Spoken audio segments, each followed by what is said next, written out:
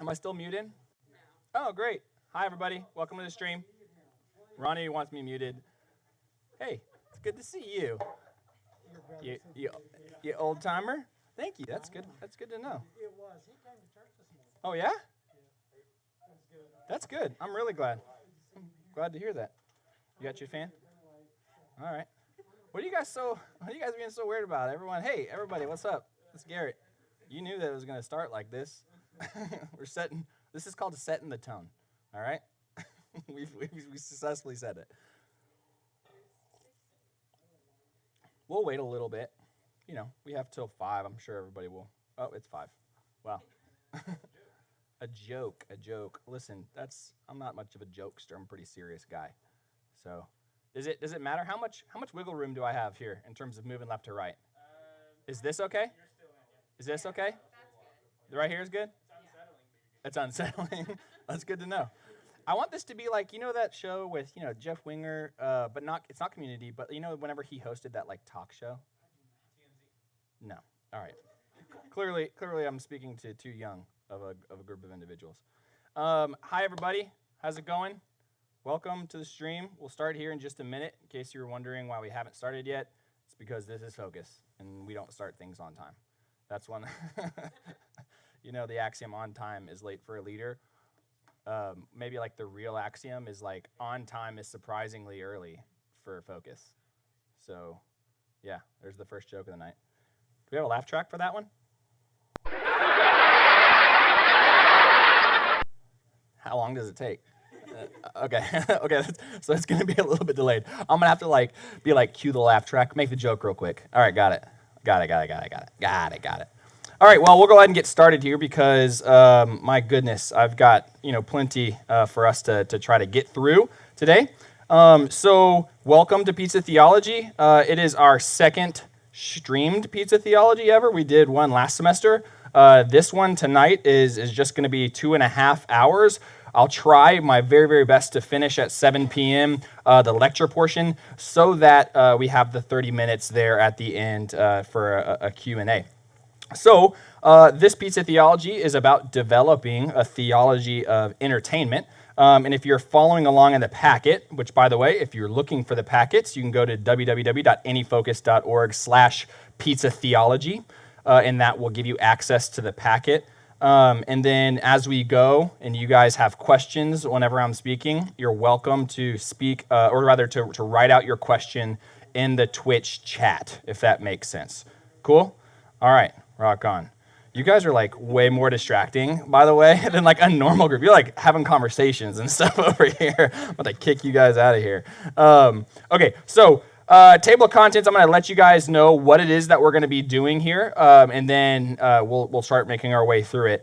But we're going to have an intro and then 3 separate sections there afterwards. I'll go through each one of those. But let me first introduce myself. I'm Garrett. For those of you that have never met me before, I get the feeling that there's probably more than any year before, there's probably a huge number of you that are like, who is this guy?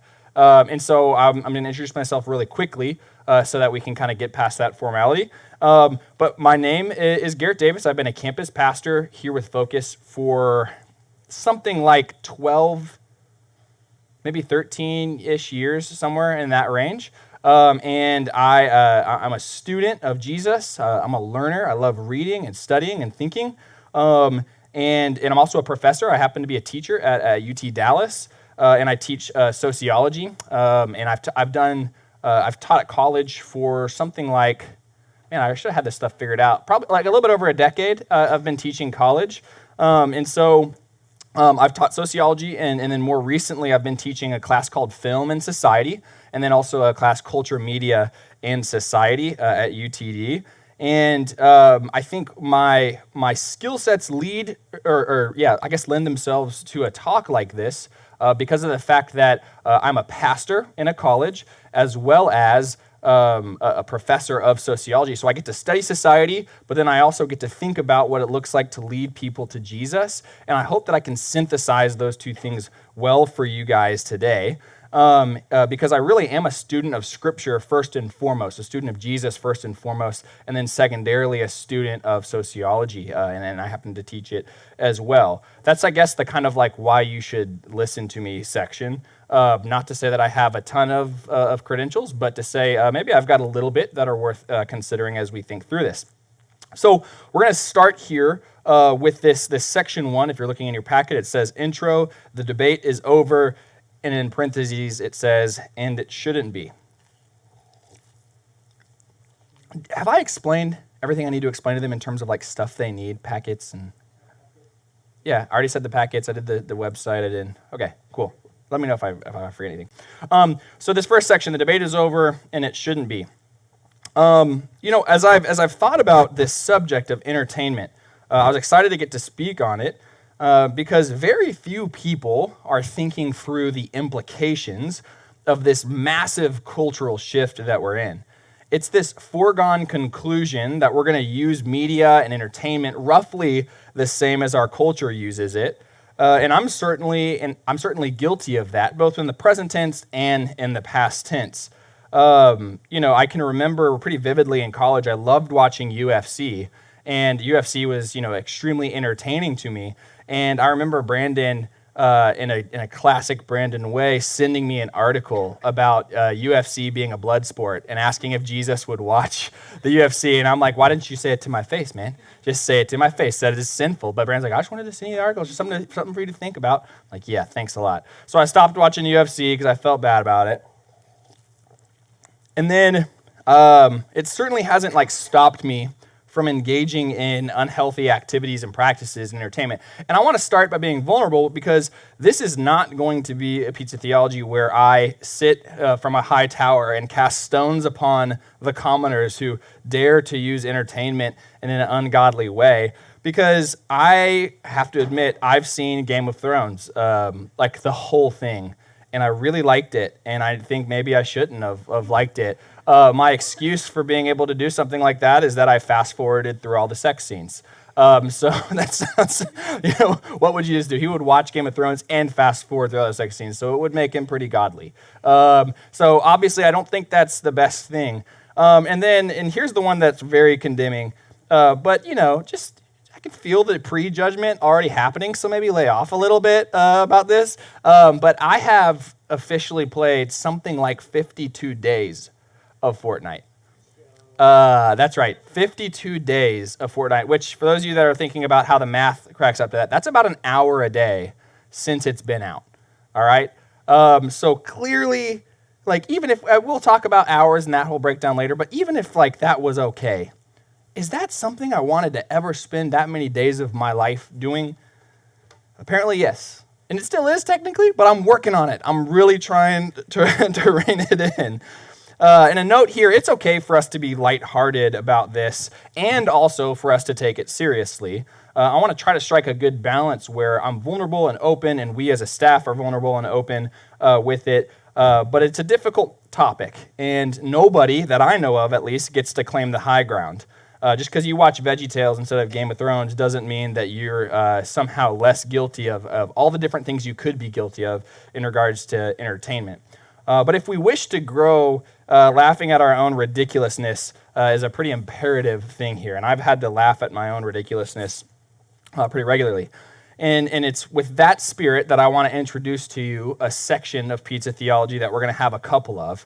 And I've asked that the pastors of Focus to share their dirty secrets with me and their confessions about their use of entertainment. And we're using names too. This is not anonymous. I had to get up here and tell you guys my dirty secrets, so I'm using their names, okay? They gave me permission for this, whether they realize it or not. I said it in the email. I said it, y'all. I said in the email, I'm going to use your names, okay? So here we go. I'm going to just do a couple of these sections throughout. We'll keep it lighthearted. Please, disclaimer, don't use this to shame your pastors, but rather perhaps maybe empathize with their plight and applaud their vulnerability. We'll start with one of my favorites, okay?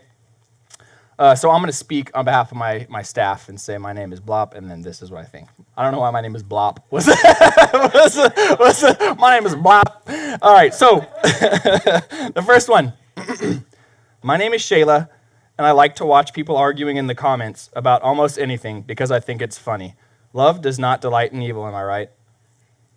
My name is Rhett, and I once played a DS game so much in one day that I could still hear the sound from the game when I turned the volume off. My name is Kristen, and I've spent so much time thinking about how WandaVision will impact the MCU that I've started dreaming about it. My name is Sirac, and I once watched season 1 of 24 on DVD in 24 hours. My name is Sarah, and I watched The Bachelor, and I'm afraid this pizza theology is going to convict me that I shouldn't. So yeah, we'll do a couple more of those. I'm sure there was a commotion from where you guys were at if you're watching with one of those people. I'm sure lots of finger pointing and laughing was going on. But, take it easy on each other. Take a drink here. There's a former Yale professor and current pastor named Wes Avram that was talking about this idea. There's an article. I have all my sources there at the end of the packet if you want to go back and check those. But Avram said, in regards to him thinking through entertainment, it became clear to me that in the largely white, upper middle class community in which I was a pastor, theological concerns raised by Christian thinkers and pastors didn't matter a whit. The debate was over. The new world had begun. There was no way to function without embracing the new world. So let's look at some initial questions that can help us begin to assess the landscape. And you can see that it's his quote, his idea that kind of led to some of these questions for sure. So the first one, and this is, I think, for those of you guys with the packet filler outers, I don't remember where I put the blanks, to be honest with you, but they're somewhere around there's somewhere around here, so maybe pay attention. You can talk to each other in the chat, I'm sure, if you get lost. The question is, how important is entertainment really? I can totally see people saying, Garrett, look at what's happening in the world. Look at what's happening with the massive snowstorms and the pandemic and the political and social upheaval happening in the country. Why is it that we're talking about entertainment here? And the answer is, I think, self-evident, but I'm going to have you guys do something before we start, okay? I'm going to have you each do an activity, all right? I'm going to give you about a minute or two to do this. And so what I want you to do is I want you to, on your little notes or wherever you're taking it, I want you to do a quick inventory of about how many hours a day you spend doing something that resembles entertainment. So some categories would include looking at your phone on social media, watching videos on YouTube. You could be, reading some news articles, because news articles are certainly more entertainment than they are news in most cases. Listening to podcasts, watching television or streaming shows, all those things. Think about, just try to ballpark your average amount of time that you're spending a day on streaming or on your phone or on some kind of media or entertainment, all right? This is not counting what we call analog sources like books. We'll just leave that out for now, even though that is certainly a form of entertainment. Okay? Do that now. I'll give you a second. Okay, so we're going to look at these a little bit more in depth, but I did want to point out that we usually go pretty easy on ourselves and things like this. Like we say stuff like, oh, it's just because of COVID. Like my numbers are just up this week because of the snowstorm. You know what I mean? We're like, oh yeah, surely I don't spend that much time on my phone. Like in a typical year, I definitely wouldn't have spent that much time on my phone. But in around you, right now, wherever you're watching, okay? This is what I want you to do. If you're watching with your core or if you're watching in focus or whatever, take a quick guess at what you think the average number of hours per day that an adult 18 plus spends on entertainment. An average number of hours per day that an adult 18 plus. I'm trying to picture everyone yelling. Everyone's yelling their answers. 6, 5, 8. Okay, everyone's done now. The real number is actually pretty staggering. On average, U.S. adults are spending about 12 hours a day connected to linear and digital media, and almost 6 hours a day with video alone. Think about that for a moment. 12 hours a day. You might ask yourself, how can that even be possible? That doesn't even include a 9-hour workday. Well, my friends, people are accessing versions of entertainment while they're at work for the most part. Some of you are like, I know that's true. Also, those of you that do your homework while streaming something on television and occasionally looking up, more like occasionally looking down at what you're doing, but that counts as well. 12 hours a day, 18 plus. That's actually the information from the Nielsen Total Audience Report, if we want to put that graphic up, in case you guys are wondering. You can see there that it says actually 11 hours and 54 minutes. It has the different categories there if you want to take a look at that. And again, this is a company, by the way, that makes their money by getting this data and giving it to different companies that are trying to sell things, that are trying to run apps and businesses the like, and they sell this information to companies so that they can use it. And they're like, hey guys, everything's going even better than it was last quarter. The numbers are up. Like, people are using more digital media. So if the question is, how important is entertainment really? How about the answer, it's the thing that we spend the very most time doing of anything at all. Isn't that crazy? In terms of like categories, whether it's sleep or work or school or whatever, as an average, it is literally the thing that we spend the most time doing as a culture. Okay, so how important is it? I would say very. All right, number 2 then. What are the theologians and Christian thinkers saying about it, is this next question. What are theologians and Christian thinkers saying about this? Well, I thought for sure whenever I sat down to start researching for this piece of theology, I thought I was going to find this massive body of literature from theologians speaking about the ramifications of entertainment in our culture, speaking about what the scripture would have to bear on entertainment, thinking about all kinds of different things, making assertions. But what I found was it was so quiet. There was almost nothing in the way of a modern theological book written to modern Christians, trying to minister to them in terms of what should be happening and what is happening with entertainment. There are plenty of journalists and Christian pastors and things like that are writing books, but I even bought some of them. And as I was reading them, I'm like, these are not theological treatises on them. This is just someone saying, this is what I do and this is what you should do. And that's kind of it. And I'm like, yeah, but why should I do this stuff? Why should I put my phone down and do this thing instead of this other thing? It seemed arbitrary to me in many ways.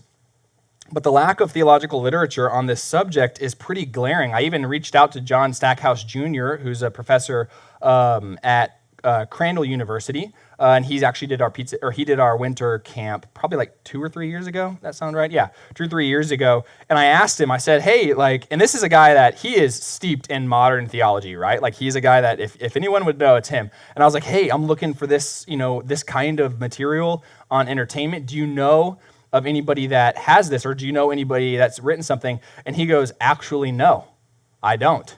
It needs to be. It's scary how quiet our field is on it. And I'm like, oh no, what is happening? It's the thing we're spending the most time doing. And we don't have much, good, healthy literature on it in terms of theology. Why? What's the problem? Is the argument over? Is the debate already over? And it shouldn't be, is the question. So the effect that this has on our minds and our hearts, it needs to be considered, and we need theologians and we need pastors to be thinking about this. We need people in congregations to be thinking about this. It's shocking how little modern scholarship talks about entertainment, and it's a certain sign that we're not thinking critically about it enough, and we're not critically examining it enough. So this third question, what framework will we use to assess entertainment? Because this is the big question, right? Am I just going to get up tonight and be like, hey guys, entertainment's bad, we all feel it, so let's do less of it? That's actually not what I'm planning on doing, by the way.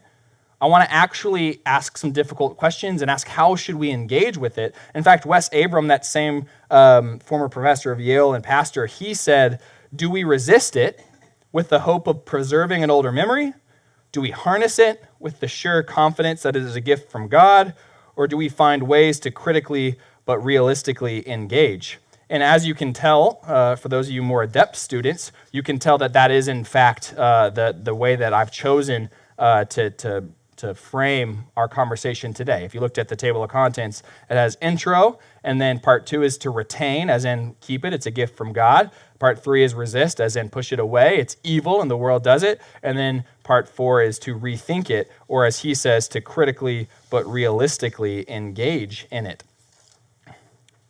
So it's within that framework that we're going to be talking about quality and quantity as 2 particular points of interest within that framework of retaining, resisting, and rethinking.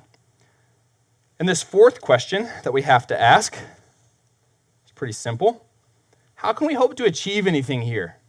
What am I hoping to achieve by talking about entertainment and a theology of entertainment? It certainly seems like it's too much of a crapshoot to even begin to put our finger on something that could be useful, some solid rule, some idea of logic that might be helpful for us with figuring this out.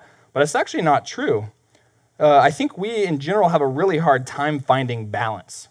I find that some Christians secretly long to be told that all entertainment is evil, and they basically need to become practicing monks. Others secretly long to be told that it's all well and good so that they don't have to think critically about it at all. My plan tonight is not to try to convince you that we shouldn't have anything to do with entertainment. Rather, it is simply to reopen the debate about it and then frame it the best I can, because as far as I can tell, the debate is all but closed. In short, what I want from us tonight is to shift from uncritical acceptance to critical examination. I'm going to say that again. In short, I want us to shift from uncritical acceptance of whatever our culture is telling us about entertainment, and I want us to critically examine it. Note that what that does not mean is that we go from liking it to hating it, because we're far too easily convinced to swing wildly to one side or the other. We're so all or nothing because it's so much easier than balance. I'm not sure if you've noticed that. People are like, I'm just going to do this. And, if they sense this inkling that social media could be bad for them, they're like, I'm going to go off social media for the rest of my life, or I'm going to take a 6-month hiatus from it, and I need to make sure I post it online before I do it. Like, I'm going to tell everyone, because they're all going to notice I'm gone, like I'm missing. They're all going to be freaking out. They're going to be like, what the heck? Where are you? Like, we've missed you on Facebook or on Instagram. And guess what? What happens if you actually step away from it is nobody even notices. Nobody will even notice, even if you're important. But it is funny what we tell ourselves there. But we can't be all or nothing. I want to invite us, as we think about entertainment and a theology of entertainment, I want us to think tonight about what it looks to be balanced people of God. What does it look like to think of entertainment in a balanced way while considering the scriptures? I'm going to say a prayer for us. That was our intro. We're already done with it. I'm going to say a prayer for us, and then we'll get into what we have to go into tonight in terms of the other parts. Father, you are so good. We need your wisdom here. This is a subject that is difficult for us to reckon with. We need your wisdom. We know, Father, that you are good and that you have good designs for us. God, that you have good intentions for us and that your way is best. I pray that you would help us to be discerning people as to what that way is. We love you. We thank you. We praise you in Jesus' name. Amen. All right, I'm going to take a drink. My tea boy. Where's my tea boy? Jalen? I'm going to need some more tea here soon. Not yet, though, so hold off on that. That's right over there. Jalen, by the way, I don't know why he doesn't like me, but I'm working on him. All right, so part 2, retain. The question here is, what's the big deal? Some of you are like, I don't even know why we're doing a pizza theology over entertainment. Like, what's the big deal? So I'm going to try my best to really argue from all of these perspectives, not to play devil's advocate, but rather because some of these perspectives have some solid points that we need to think of. And if you think about a balance, like I just said, balance usually means there's things on both sides, that there's tension or weight on both sides that we have to pay attention to. In fact, so much of what's wrong with our world today is because most people don't realize the legitimate ideas that are present in other viewpoints. But anyway, that being said, so part 2 is retain. The first idea within this is people say, if it were a big deal, if entertainment were this big deal in Christianity and the Christian community, if it was a big deal, more people would be talking about it. So are we just trying to make problems where none exist? Do we just naturally want more to feel bad about? That's kind of the Christian way with sometimes is I'm just looking for things to feel bad about that I need to feel guilty about. That's not my goal tonight. The reality, though, is that not many of us consider entertainment to be that big a part of our lives. It essentially gets lumped into this category of free time. Now, this idea is important tonight, okay? This idea of free time being lumped together with entertainment. And I'm going to talk more about that later. But the reason that we don't think of entertainment so much in our lives, or we don't even think about, oh, what am I doing right now? Oh, I'm entertaining myself, or I'm seeking out entertainment. The reason we don't think of it is because it's such a foundational part of what it means to be American and what it means to be a part of our culture. And of course, the wide and the narrow road applies here, though. So Matthew 7:13 and following, Jesus says, "Wide is the gate and broad is the road that leads to destruction, and many enter through it. But small is the gate and narrow the road that leads to life, and only a few find it." So it would stand to reason then that just because not many people are thinking about it doesn't mean that we shouldn't be thinking about it. Because if what Jesus says is right, then the majority of people won't be thinking about very important things. And this might be one of those things. Mark Twain, who I often love to quote, because he's just got the best sense of humor of anybody that I've never met. He says, "Whenever you find yourself on the side of the majority, it is time to pause and reflect." When you find yourself on the side of the majority, it is time to pause and reflect. And that's what I'm inviting us into tonight, because I do feel like in general we're a part of the majority. But yeah, a lot of people are not talking about it. Perhaps then it is not a big deal. And that could, in fact, be the case. It might be like, hey, guys, why aren't we talking about aliens? Why aren't we, hey, in the church, we need to start talking about aliens, don't we? I'm talking about the ones that are, flying around in outer space. And you might be like, yeah, it's the broad road and the narrow road. Not many people know about it, so that's aliens for you, right? And you should be thinking about it. So I understand the fallacy of that line of argumentation. I'm aware of that. However, we should not, though, succumb to the other line of argumentation that says just because people are not generally thinking critically about it, that we should not either. Part 2 here. The argument goes something like this. It's legalistic to try and legislate free time. Isn't that legalistic to do that? To try to legislate how much time or what kind of entertainment people should be engaging in? Isn't that legalistic? And we love using the legalistic argument anytime it's like suggests that God's rule or God's way should infringe on my freedoms. We are big about that. We're like, well, that's legalism. Anytime that happens, it's legalism. However, the bigger question becomes, what does the scripture say about it, and what should we think about it? But the question is, what do we do with our free time?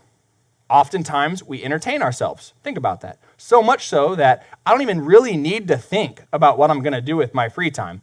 I need to rather think, how am I going to entertain myself? That's the real question during our free time, and it shouldn't be. So instead of the real question being, what should I do with my free time? The question, it bypasses that and goes straight to, how will I entertain myself? So much so that the two words, free time and entertainment, are basically the same thing ideologically for us. And so do we really want to get in the business of legislating free time, is how this argument goes? Isn't that legalism to legislate free time? If you want a fancy word for that, by the way, it's called conflating. The danger of conflating free time with entertainment, or treating the two things as one, is that it pushes out all the other many things, activities, stuff I could do that one might pursue, and it replaces those things with only entertainment, with only sources of entertainment.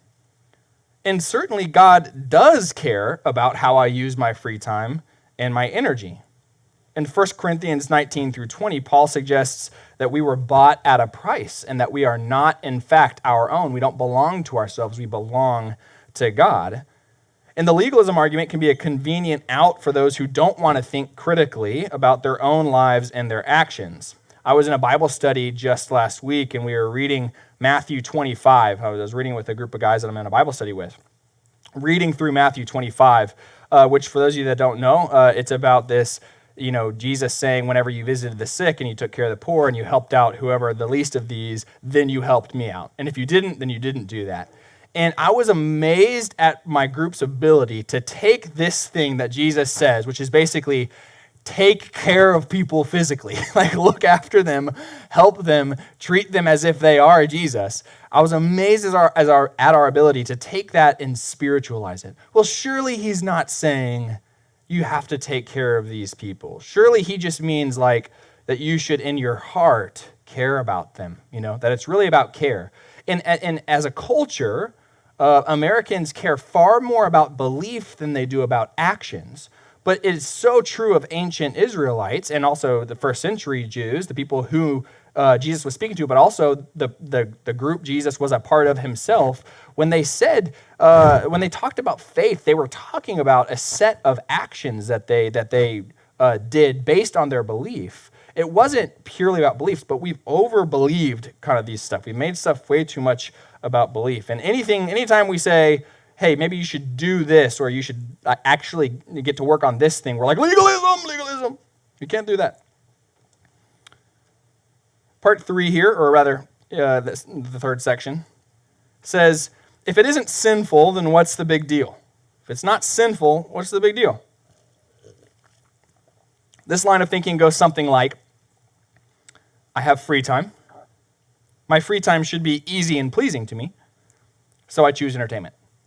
God doesn't really mind what I do in my free time as long as it's not bad, because God's not always trying to micromanage me. That's the line of thinking when it comes to this whole idea of like, if it's not sinful, if it's not like I'm like, watching something really terrible, or I'm doing something that could hurt somebody with my entertainment. I'm not like, throwing rocks at passersby to be entertained, then it's fine. As long as it's not sinful, it's fine. And this is not a bad thought altogether. After all, one could hardly argue that the Bible makes clear what exactly I should be doing with my hours on a typical day.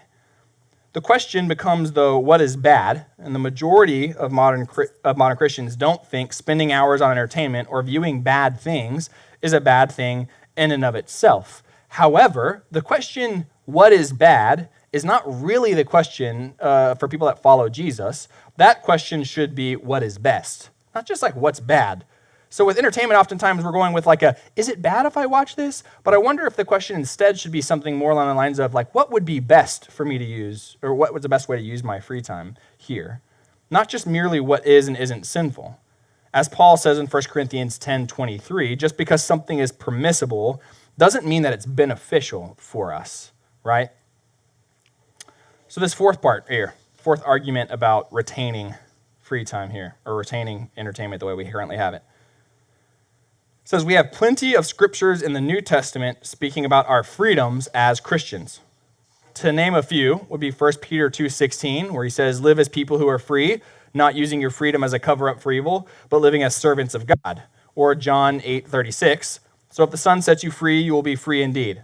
Or 2 Corinthians 3:17, now the Lord is the Spirit, and where the Spirit of the Lord is, there is freedom. And you can tell yourself that as you're watching Game of Thrones to help you really feel good about doing it. In fact, though, one of the main criticisms the Pharisees had for Jesus was basically that he lived too freely, that he was a partier and a drunkard, which obviously is untrue, but it's indicative of how he spent his free time. So there's some legitimacy to this argument. The New Testament does talk a lot about our freedoms, Paul especially. In 1 Corinthians 8, Paul even seems to infer that freedom is a sign of maturity, and people that are weak in faith were less free, albeit he does say to use that freedom in a way that is considerate. The crux of this argument here, though, comes in the form of a question. For what reason does God permit our freedom? What reason do you think God has permitted you to have freedom? And if our answer revolves around our own happiness, we have to at least be skeptical of that, right? Like, you have to at least be skeptical. If you think God just permitted you freedom so that you could do whatever you wanted to and be happy, maybe there's a higher reason for that we'll evaluate later. All right, number 5. The scripture is full of people doing really bad, sometimes obscene things. Am I supposed to believe that my viewing of these things in media is somehow worse?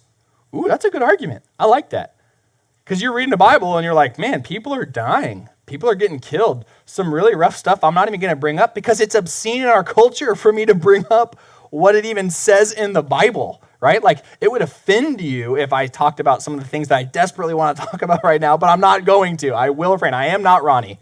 So I'm not going to talk about all the things I could say here, all right? But leave that alone. The Bible has obscene things in it. We're not supposed to just avoid it, which is one of the problems I have with the whole VeggieTales community, but that's okay. We're not supposed to just avoid it just because it's got obscenity to it. So can't somebody basically watch bad things and condemn them? As long as you know right from wrong in media, then you should be able to consume it, or so the argument goes. Contrary to popular thought, there's not a very strong link between violent video games and aggression. That's something, again, I quoted later in terms of the sources.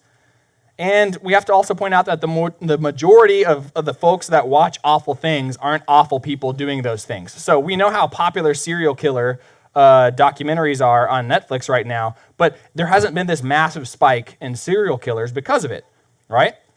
But again, is this the right question? Why don't we put up that second picture that we have, that Calvin and Hobbes comic? I don't know if you guys can read that.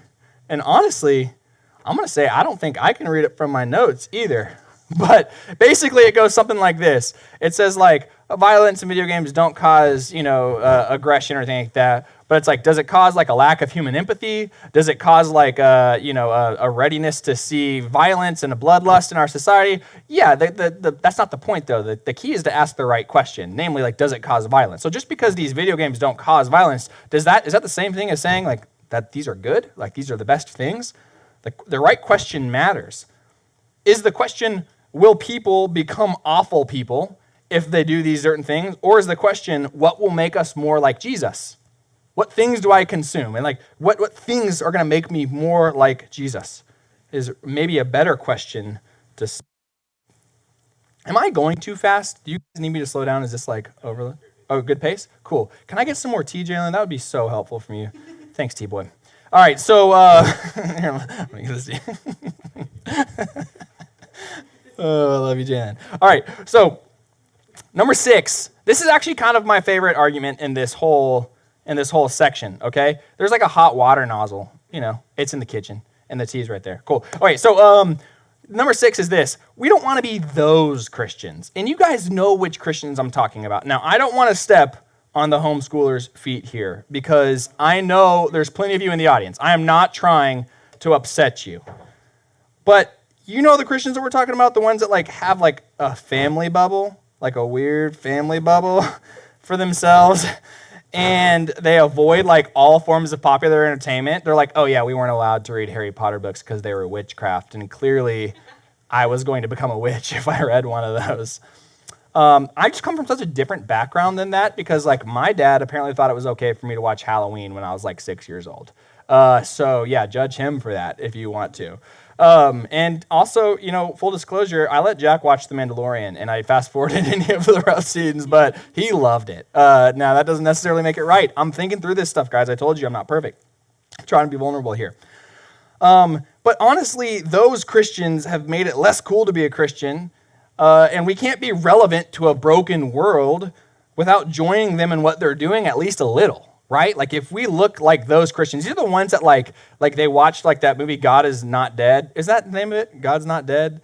I think that's what it's called. And they were like, man, like we got them there. Like we got the world, like we figured it out. It's kind of like triumphalistic Christian media that just paints Christians in these super positive lights and paints the world in this really depressive, negative light, which is not true. I can't stand those movies personally. Just like Jesus says something like this in John 17, we're called to be in the world, not of it. And we're also, as Paul says in 1 Corinthians 9:19, we're supposed to try to be all things to all people, or rather he tried to be all things to all people so that he could win some. So why would we make ourselves irrelevant by not sharing in this important cultural activity? If we think the culture spends 12 hours a day on entertainment, and this is a popular way of interacting with people socially, then why would we essentially cut ourselves off from that to be like wholly, apart from it? We know all of the people that grew up only being able to watch Bible Man and Veggie Tales, and we also know that they're dangerously incapable of relating to cultural current memes and shows. I say that with tongue in cheek, obviously. But then on the flip side of that, we are called to be lights on a hill, aren't we? We're supposed to be salt and light. We're supposed to be different, right? Like we're supposed to be holy, set apart. How do we balance that is the question here. Somebody said to go a little bit slower. Okay. Well, who knows if that person was right. Maybe everyone else is like, he's going too slow. I'm going to try to go a little bit slower. I'll try to pace it down a little bit. All right. Here's this last point. Okay, this last point here for this section of retain. There are important things I need to know that I learned through media. Important things I need to know that I learned through this form of entertainment. Like news, radio, etc. And if I don't know what's going on, how am I going to know how to think about it or what to do about it, etc.? That's the line of thinking goes. This is a pretty good point. I understand that if we don't have any sense of what's going on in the world, then we're going to be, we'll make ourselves irrelevant in a lot of different ways. If we just kind of abstain from everything so that we can, be holy, be in our VeggieTale, suits. I don't know if that's a thing. But the question that I have for us here is a difficult one, but one that I want you to grapple with. What do we really need to know? What do we really need to know? We live in this age where information across the world about what's going on in the world is available to us now. But just because it's available to us, does that mean we need to know it? We also can know at any point what's happening in our country, but do we really need to know it? If I know what's happening politically, or if I know that someone was murdered, or if I know about what's happening with the pandemic or the stock market or whatever, but I don't know what's going on in the life of my classmate, what have I gained? Think about that for a moment. What's your circle of what you know about? Of all the people's lives that are around you that you actually see face to face on a daily basis, what intimate details do you know about their lives because you've spent time actually trying to figure those things out rather than picking up your phone like I just did and dropping it and just looking at stuff. So someone who we don't know at all, we don't know what's going on in their life, they may be experiencing some massive amount of hurt or some big thing in their life, some big life event. And they're sitting next to us, and we know everything that's going on right now in culture. We know what's happening in terms of the most recent racial interaction between police and a black person, or we know the most recent thing that Donald Trump or that Joe Biden said to one another, or we know all the stuff that's going on. We know all the statistics about the pandemic. We know, everything that we've learned about the weather. We read about outages and that kind of stuff like that. We know all of these things, but what do we know about the people in the actual sphere we can influence, right? What if our news became something that was more about the people around us and less about all these things out in the world? Not to say that we shouldn't know anything. But whenever I think about this question, what do I really need to know? What do I think Jesus thinks I really need to know? The first thing that comes to mind is we really need to know what's going on in the lives of the people around us. And I think we probably substitute that very often for knowing what's happening out here, stuff that we can't do anything about. So that's something to be thinking about, all right? Okay, that section is done now. But before we move to this next section, we have another Confessions of a Focused Pastor segment. This is a good one. Do I have more too? I think so. At any rate, this is a good one. You guys are going to like this. Okay, Confessions of a Focused Pastor, Part 2. My name is Austin, and my wife and I spend half an hour in bed every night before going to sleep. She reads her books and betters herself. I scroll Facebook, shop for disc golf discs, and view houses on Zillow I could never afford. That's Austin. All right, next one. My name is Peter, and I usually play a video game on my phone while watching TV for maximum stimulation. I think we all do that. Have you noticed that? We're bored with the TV. It's not enough that we're watching a TV. We are dual screening. I'm going to go ahead and coin that. This is dual screening. Right? We're I am on my phone while I can't just do one thing. That's boring. My wife and I'm not going to say that we've gotten in fights about that, during movies. I'm why don't you watch the movie? And she's why does it matter?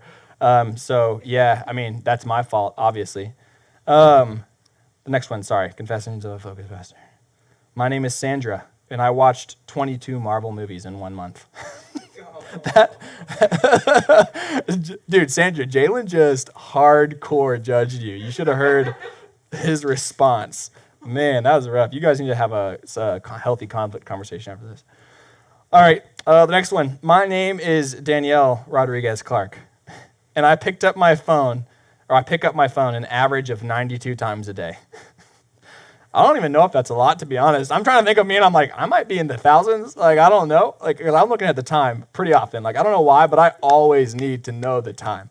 Also, I'm sure many of you guys have experienced this. Does anyone else have, like, the phantom rings in their pocket where they think their phone is ringing? My phone's always on silent, and so, like, they're so, like, ready to answer it that it's like a gun draw. As soon as they feel any form of vibration, they're like, oh, there's nobody. It's just the time. All right, next one. My name is Ashley, and I watched all the Harry Potter movies in 2 days over Christmas break. That is impressive. Very impressive. Here's this last one. Our names are Andrea, and Bridget. And over the last 2 days, we have binged on over 10 hours of America's Next Top Model, Cycle 21. And she said not to include these hashtags, but I'm going to include them for those of you that do watch America's Next Top Model, whatever that is. Hashtag Romeo is a witch. Hashtag bye-bye Denzel and Marjana. Hashtag Adam, please stop drinking, baby. Hashtag Linux, please start twerking, baby. Hashtag protect Will at all costs. I don't know what any of that means, but I'm sure it's like super funny to those of you that are like in the in crowd regarding that. All right. Yes, I did say twerk. That is in fact what I said, and I'm aware of what that means. Yeah. Hey, Jalen, can I have like a cup for this tea bag? I don't want to steep it too long. You know what I mean? Okay, cool. Everyone do something for me real quick. Oh, thank you. Okay, so everybody do something for me real quick, all right? Stand up wherever you are. Give yourself a quick shake out, all right? Yep, shake out. Shake out the extremities. Get the blood flowing to all the parts of your body. Wake yourself up a little bit. Slap yourself in the face a few times. Don't slap your friend, though. Everyone stay distant from one another, all right? All right, you guys can sit down now. We're going to keep trying to chug away because I've heard the cries of my people.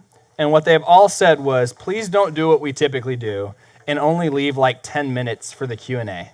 They've all, like, everyone said that. They're like, are you going to like pretty much go till 7:15 or even 7 and only give us like a couple minutes? So I'm actively trying to finish before 7 so that we can leave time for the Q&A because I know you guys have questions. I know you like to ask those questions and you want me to address things that I perhaps did not address in this. So I am trying, okay?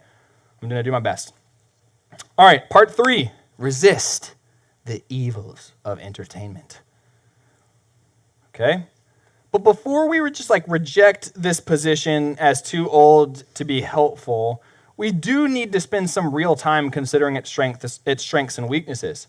Most of you probably thought this section was actually going to be this whole talk tonight. You probably thought I was going to like come up here and be like, here's what you got to do. You got to stop trying to look at stuff on YouTube. It's all bad. You got to, stop your subscription to whatever. Anyway, that's not what I'm trying to say, but that is certainly one of the sides of the argument that we do need to spend some time thinking through. One of the most helpful books as I researched this stuff, I couldn't find almost anything on like modern theology of entertainment. However, I did find a book by David Bercot, I believe is his name, Bercot. It's there in the sources. And this is literally the title of it. Are you ready for this? What the Early Christians Believed About Entertainment. I was like, let's go. Finally, someone wrote a good piece of scholarly literature that I could use as a source to understanding what it is that the early church thought about entertainment. Because it's not like they didn't have entertainment. It's not like they just were like, well, we're in the first century, we just watch grass grow, or we work all day and then just sleep, and that's it. They did have forms of entertainment. However, it's not looking too good for us. This is a quote from that book, from David Bercot. He says, "It is clear that the early Christians outright rejected the 4 major secular forms of entertainment. It is clear that the early Christians outright rejected the 4 major secular forms of entertainment." That doesn't bode well for those of us that want to continue it, but here are the 4 major forms, by the way, of first century entertainment. You had chariot races and sporting events like wrestling and that kind of stuff. You had gladiator combats, problematic for a number of reasons. You had the theater, like plays, dramas, that kind of stuff, maybe like the Grey's Anatomy of the first century. you might call it. The first one, by the way, to be fair, is like the NBA and the NFL of the first century. And then you had what's called banqueting, which was essentially like partying plus sex, oftentimes. And so, yeah, that's kind of what they did for fun in the first century. Sports, gladiator combats, by the way, UFC, shout out. The theater, which was drama for your mama, and then banqueting, okay? There you go, partying. Now, Tertullian, who's an early church father, I said Tertullian, early church father, says this. This is a quote directly from him. Oh, this is a tough one. Among us, nothing is ever seen, said, or heard which has anything in common with the madness of the circus, the immodesty of the theater, the atrocities of the arena, and the useless exercises of the wrestling ground. Why do you take offense at us because we differ from you in regard to your pleasures? If we will not partake of your enjoyments, the loss is ours. If there be loss in the case, not yours. We reject what pleases you. Yikes. So it's pretty clear the early church did not do those things, and they opted for other forms of entertainment, such as eating together, spending time in each other's households, talking with one another. They did a number of different things. We'll talk about that some. But there is plenty that the early church did that we don't hold up as exemplary, right? I'm making sure to give counterpoints to all these points too, which you saw that I did in the last section. I want to be fair to do that here too. So I'll say it again. There is plenty that the early church did that we don't exactly hold up as being exemplary actions. For instance, see Paul's scathing letters to the churches in Corinth and Galatia. Just because the early church did something doesn't mean that it's the right thing or that we wholesale need to accept it. We should consider it, but it doesn't mean that we wholesale need to accept that as being the right way. Over the centuries, the Spirit has guided the church into new ways of thinking and practicing faith that has allowed the church to stay true to God's intent rather than to a strict set of dogmatic principles or practices. Note that I'm not saying God's message changes, nor that Scripture is obsolete, rather that our practices, things that are not explicitly mentioned in Scripture, may need to change depending on what ministers to people. So that's something to consider as we think about that. So it is true that the early church did not partake of popular forms of entertainment, and that is very true. We need to think about that. We need to let that have some weight in this argument for ourselves, but that doesn't necessarily make it the best or the right way. It should be another thing that we have to consider. Number two. Part two of this argument against entertainment and using it the way that the world does. Christians should take seriously the call to be set apart. I mentioned this a little bit earlier about being salt and light in the city on a hill. The question for us becomes, have I taken seriously the call to be set apart from the world, from my culture, so much so that my definition of entertainment is vastly different from my culture's definition? Hebrews 12:14 says, make every effort to live in peace with everyone and to be holy. Without holiness, no one will see the Lord. But really, this idea of being holy or being set apart is everywhere in Scripture.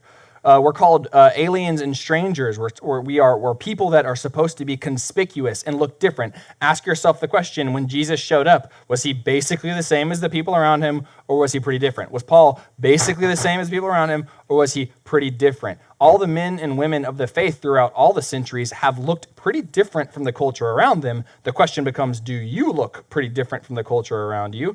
In any significant way, this might be an opportunity to do so.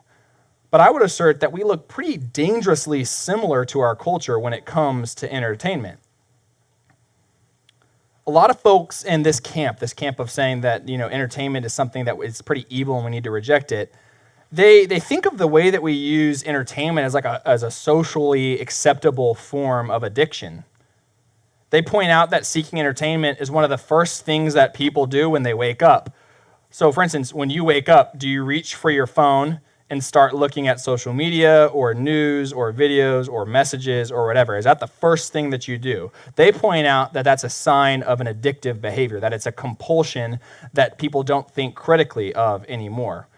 And so with that, I said to myself, I wonder what the symptoms of addiction are and if they would match up well with what we were talking about in terms of entertainment.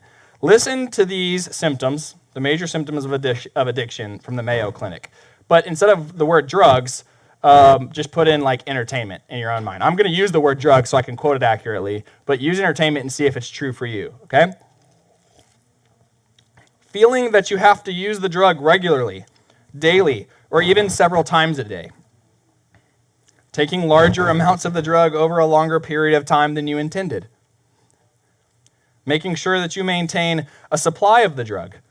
In other words, keeping your phone charged, and then freaking out whenever they die. Being like, I don't know, I left my phone at home, what do I do? Spending money on the drug, even though you can't afford it. I like to think of all my students that have Hulu subscriptions and that are asking people to help them buy lunch. Yeah, oof is right, my friend. We're like, it's a baseline reality that I need to have Hulu and Netflix subscriptions. And some of you that are like, I'm above that. I use my parents' subscriptions. I'm like, yeah, but would you buy it otherwise? Probably. Number 5, not meeting obligations and work responsibilities or cutting back on social or recreational activities because of drug use. We live in this culture that is becoming increasingly anxious about being in groups of people. And I can't help but think it's because we would opt for this personal form of entertainment and pleasure seeking rather than being in a group. Another addiction here, continuing to use the drug even though you know it's causing problems in your life. Many people know and are aware that they probably have some practices. Like when I ask my staff, give me your confessions about entertainment, they were pretty quick with them. They know that wasn't good that I did that thing. They're pretty aware of that. They know it's causing problems, and yet they've still done it. That's my problem too, making sure to lump ourselves in this category. And then finally, failing in your attempts to stop using the drug. How many times have you told yourself, I'm going to cut back on this? Like, I'm going to get rid of this app from my phone, and then it just shows up again on your phone in a couple days or weeks. You're like, I'm totally going to get rid of this. I'm going to stop, binge watching Grey's Anatomy or whatever it is, and you do it anyway. Or, how many times have you done that? And again, this goes back to those Facebook posts where people are like, I'm taking a break. I'm taking a break. I'm totally stepping on toes here too. Like I know some of you like maybe just did that and you were like feeling really proud of yourself so that everyone knew that you were taking a break. Whatever, if that's good, you know what I mean? It's like you're taking a break. I would love to see people just stop doing things without announcing to the world that they're going to do it as if they gave a crap in the first place. Sorry, I'm going to hop off of that soapbox.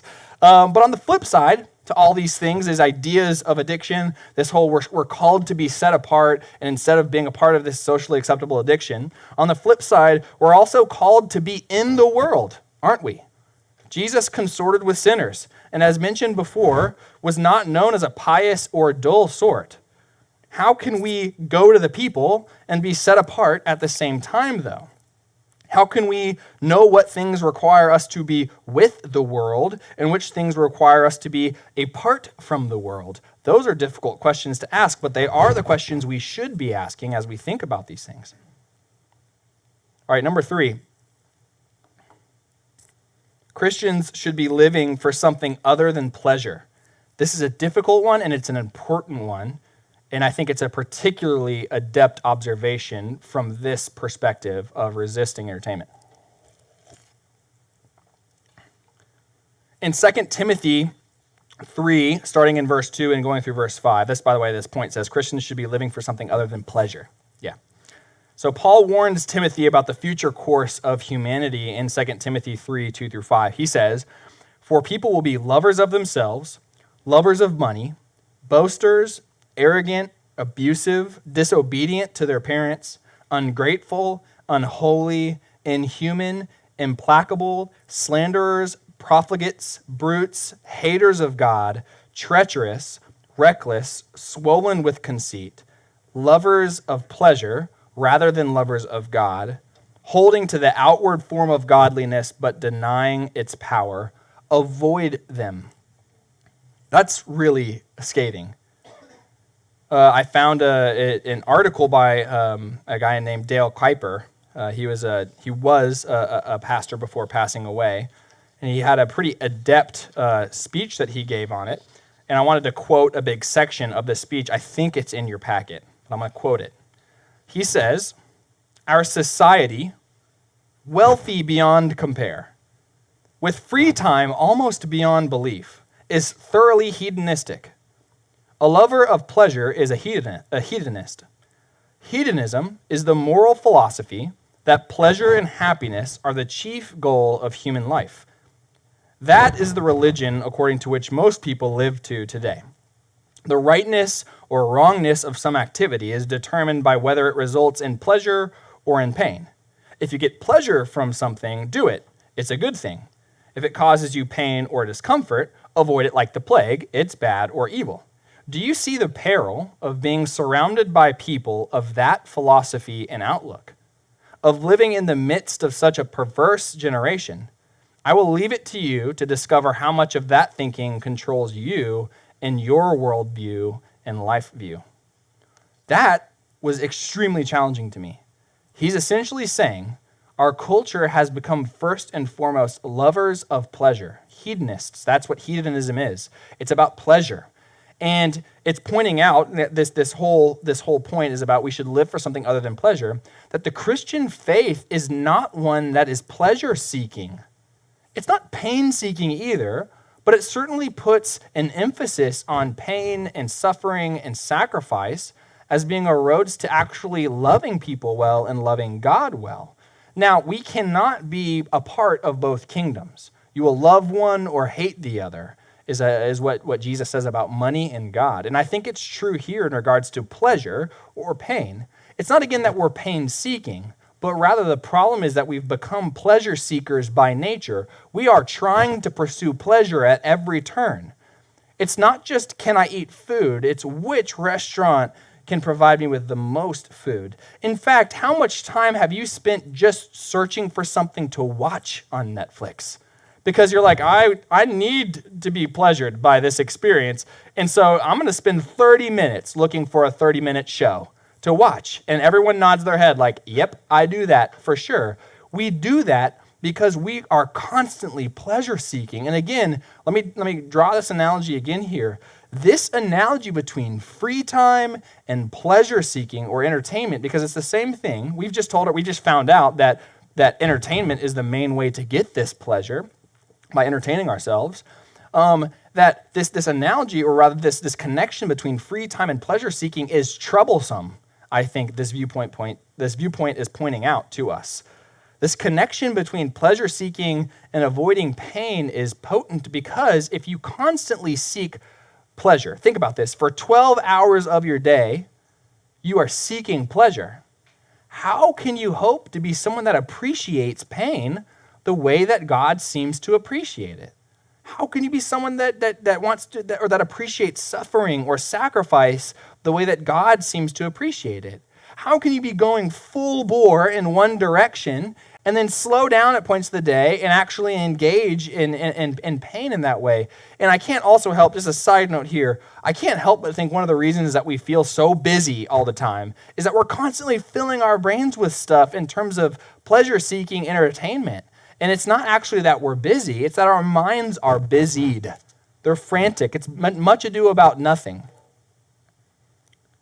But we can sense this, can't we? Can you sense this in your own heart? If you can't, by the way, I need to talk to you. You're better than me and the rest of us. I need to figure out how you tick. But this pleasure seeking runs in I think, a very different direction. Hedonism runs in a very different direction than Christianity does. The more we seek pleasure in the form of entertainment, filling our hours and our days with it, the more we will be revulsed by pain, discomfort, sacrifice, and the like. But God is not against pleasure. This is the same God that created sex, I have to point out. This is the same God that is okay with wine, apparently. This is the same God that made beautiful sunsets, mountains that you could just stare at. Like, there is so much pleasure to be had in the world, but be careful that you're not someone that makes that the chief goal of your life. too quickly we can rotate from hedonism to asceticism, which is that whole like spiritual is good and the physical is bad. And we're not supposed to do that either. You're not supposed to be a hedonist, nor are you supposed to be the monk that is like all pleasure is bad. Like that's not the point here. The ideal isn't a monastic life, it's Jesus's life. God made plenty of things in this world that we're invited to enjoy and take pleasure in. But the question should become for us, what is that balance? Am I balanced on the side of seeking pleasure, or am I balanced on this side of seeking some sort of aesthetic lifestyle where I can't do anything, you know? And the fourth point of this section is that Christians can't consume what the world consumes and hope to be like Christ. This is a good one. It's a tough one. I didn't make these up, by the way. Well, I kind of did, but I used other sources. Christians can't consume what the world consumes and hope to be like Christ. I have not read this book, but Kent Hughes writes in this book called The Disciplines of a Godly Man, so I'm not advocating for it. I'm just saying he had something good to say in it. Kent Hughes says, "It is impossible for any Christian who spends the bulk of his evenings, month after month, week after week, day in and day out, watching the major TV networks or contemporary videos to have a Christian mind. A biblical mental program cannot coexist with worldly programming." Let's put up that third graphic that we have. This is one done by Barna, and it's pointing out the actual, like that's a visual of time that's spent in an average, I believe, year with, I think the age range is, what does it say, 15 to 23-year-olds? Yeah. And you'll see that the bigger block is what? What is that? Yeah, but what is it? Like, what's that? Using screen media. And then you can see the bottom part is actually is reading scripture, isn't it? Taking in spiritual teaching. So that's even like going to church. If you're doing this right now, you're adding to that block on the bottom right corner. But look at that graphic for a second. Look at that graphic for a second.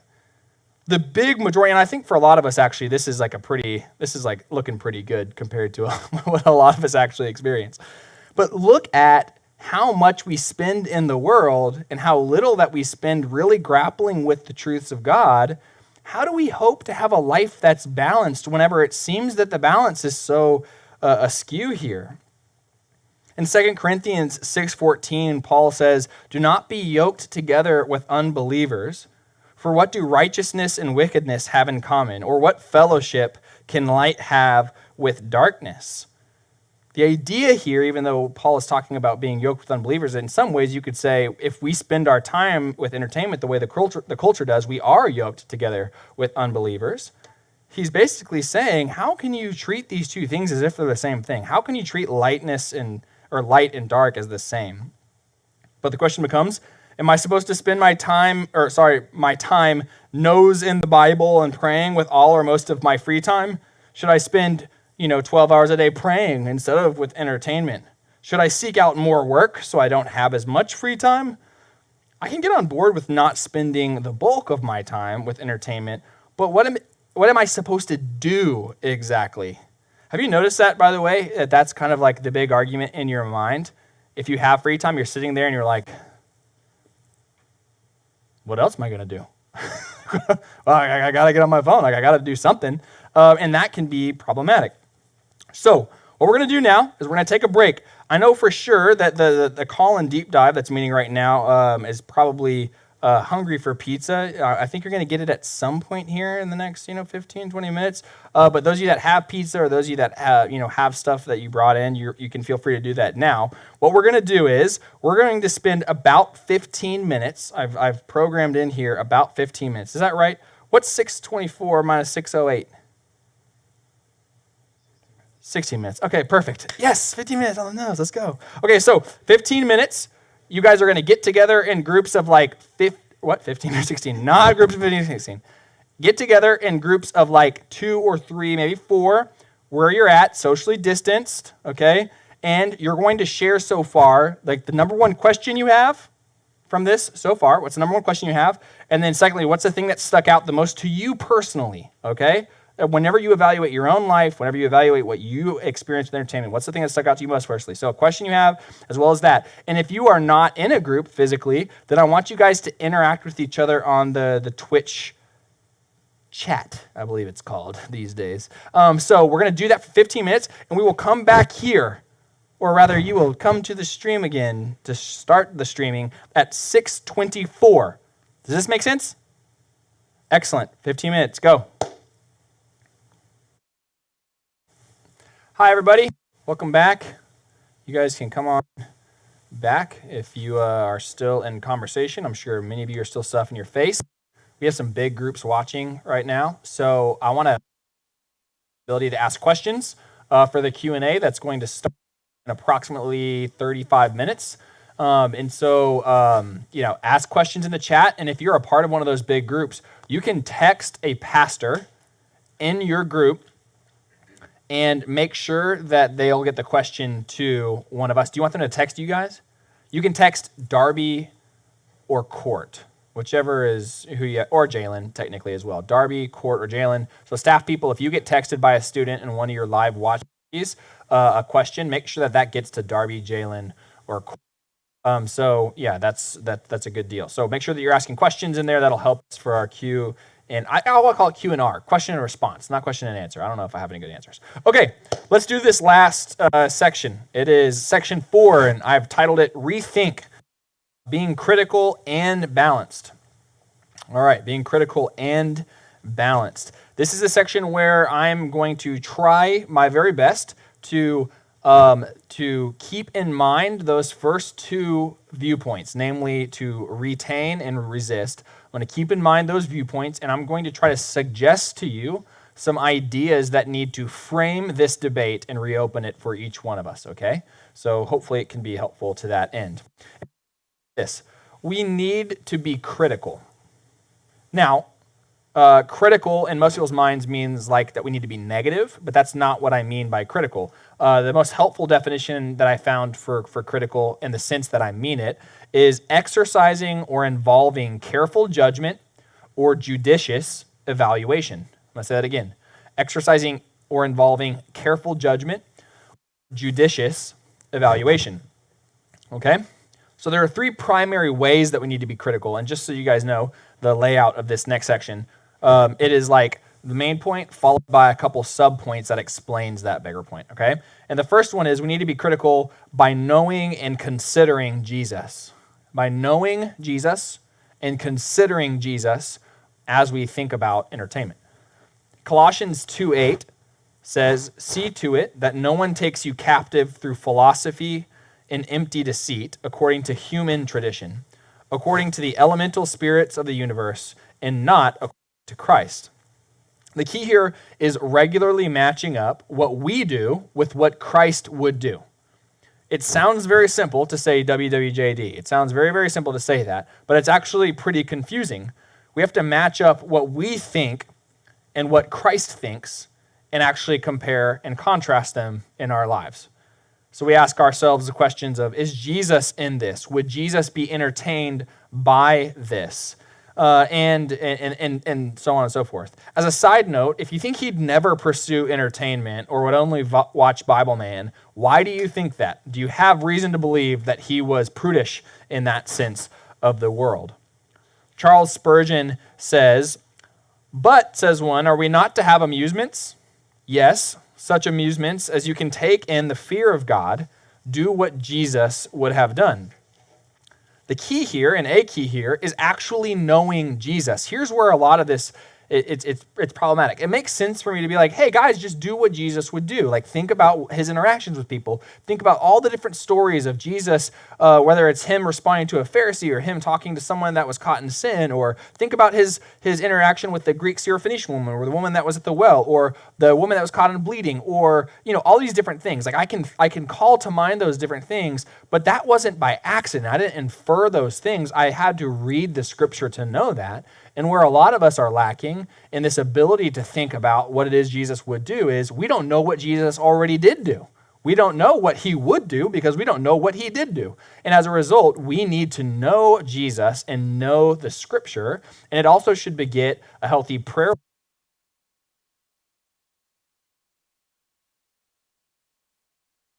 So again, that point is to be critical by actually we need to be critical by knowing and considering Jesus.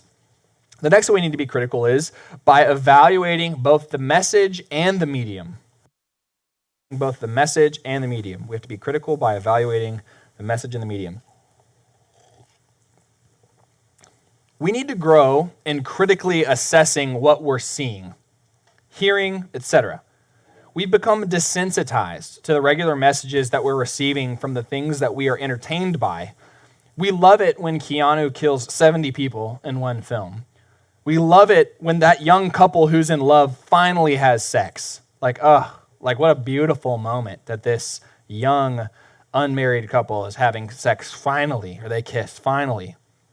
And we're seemingly enthralled by these documentaries of serial killers, thinking that somehow it's okay to be entertained by these things.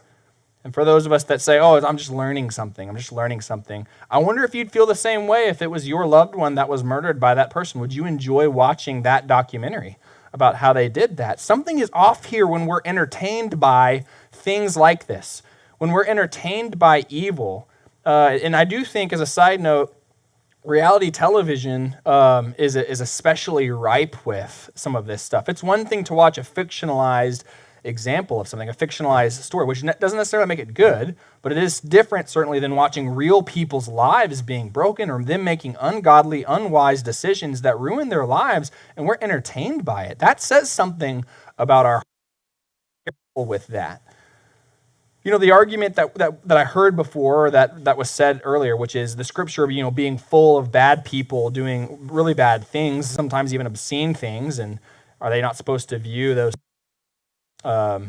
because they're not, worse? Well, no. You're supposed to believe there's a difference between being entertained by evil and being disgusted by it. Those are two things.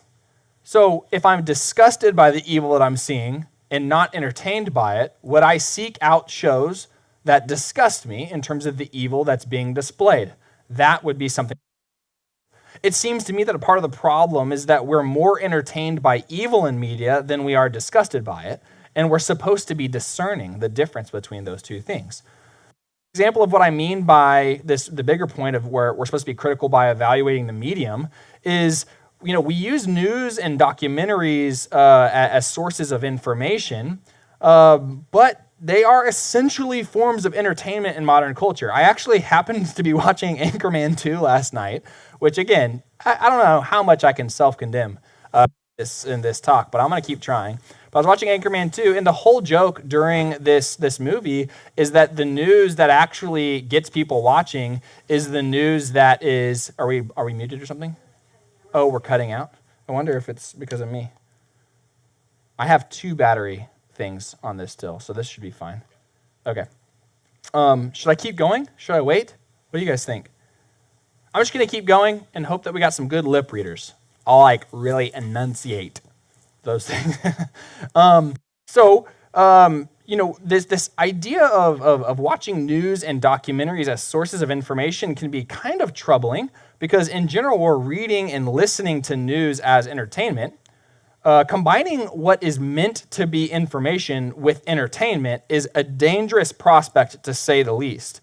It influences what is covered, it influences how it's covered, and make no mistake, it is a producer making something for a consumer, which means it's not first and foremost what it ought to be, which is just the most pertinent, the most factual, and the most objective sharing of information. So I think we have to be careful with news and documentaries. We have to just be critical about that. People are selling us something in the news. They're choosing what to cover based on what will get ratings and what will get viewership.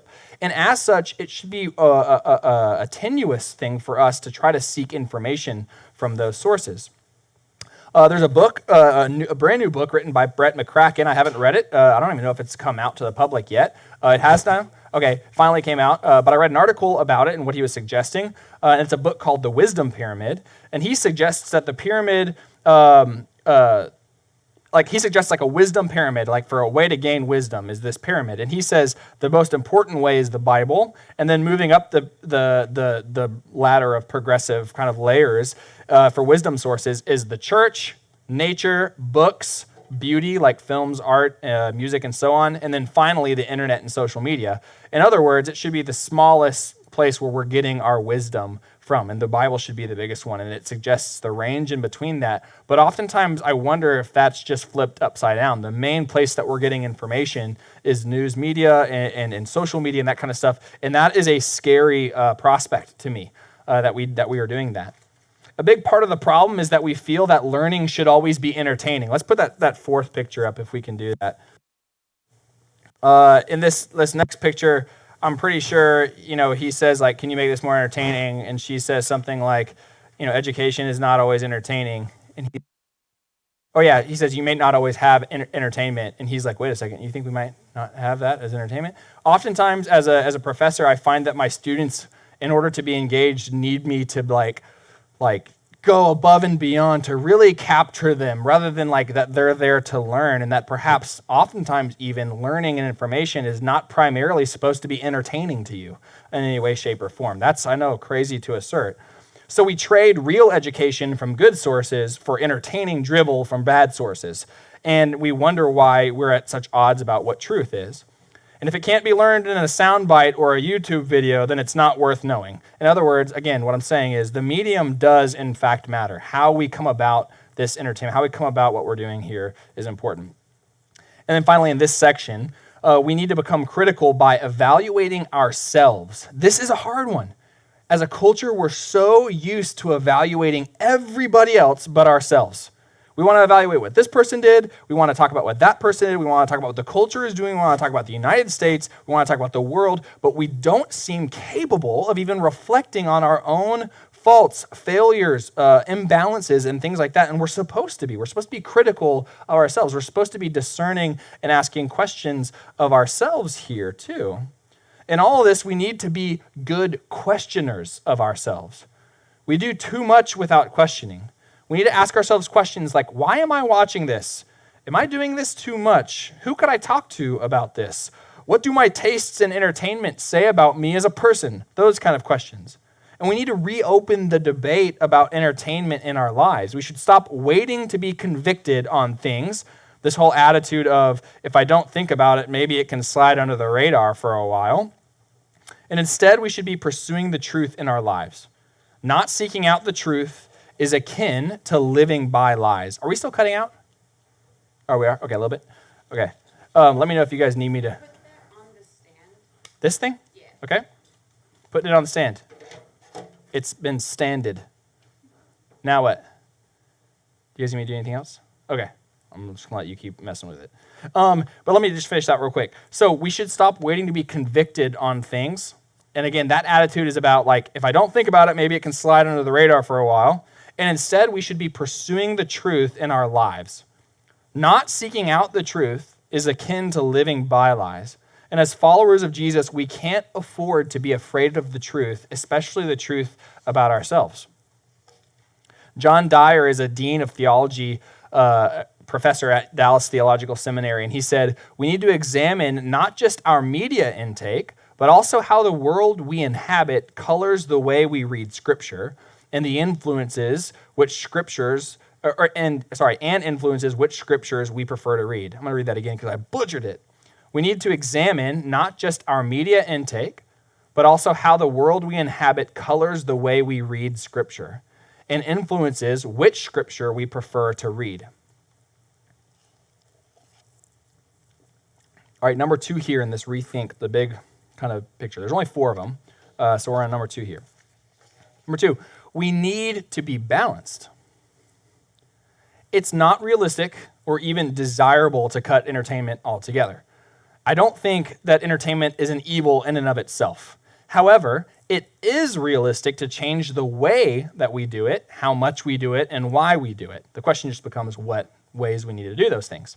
So the first way that we need to be balanced is we need to be balanced by considering and ordering the reasons that we seek entertainment. So I'll say it again. We need to be balanced by considering and ordering the reasons that we seek entertainment in the first place. I just can't see Jesus binge watching a TV show by himself. I can see him watching one with friends and laughing and talking. In fact, I'll tell you of a really good one you can watch. It's called Survivor. I'm I'm not sure if you've seen it before, but you're welcome if you've never seen it before. It's a wonderful show that you can actually talk with the people around you as you watch it. It is a reality television show. I'm totally aware of that. There are some things that people do on there that are bad and need to be rebuffed, but there's also some really cool things people do on there. It's a weird mixture of people being really good and some being really bad. But it is interesting, and it's a great conversation kind of show. I love watching Survivor with my wife because we engage with one another as we watch it. We get to talk with one another and laugh together and have conversation. It's great. We have to think through our reasons for watching or for engaging in entertainment and making sure that they're good ones. So maybe there are some good reasons for entertainment, or maybe better reasons for entertainment, such as spending time, like meaningful relational time with people. Maybe education. Maybe you're on YouTube learning how to do woodworking or metalworking or whatever. Maybe you're learning about, I don't know, the deadliest snakes in the world. And maybe that's like a cool thing to learn about on YouTube. That's great. Education, Perhaps it's relaxation, and that's okay too. There should be a priority list, though, in our mind in some form or fashion, a priority list of entertainment. For example, if you'd regularly watch your TV show, your specific show, instead of being with friends, that's probably a red flag. You've probably prioritized incorrectly. Like the show is more important than being with the people. It's something like here are bad, good, better, and best reasons to seek entertainment. We need a list like that in our lives. Like what are the best ways that we engage with entertainment? Maybe we say like education and relationships or whatever. We need to have those and regularly be exhibiting that priority in our lives, I think. And then the second way we need to be balanced. By making some guidelines and structure around how much we engage in entertainment. We need to make some guidelines and structure about how much we engage in it. We need to sit down, each one of us, and prayerfully think about our goals regarding the time that we spend in doing these things, and then we need to try to accomplish them.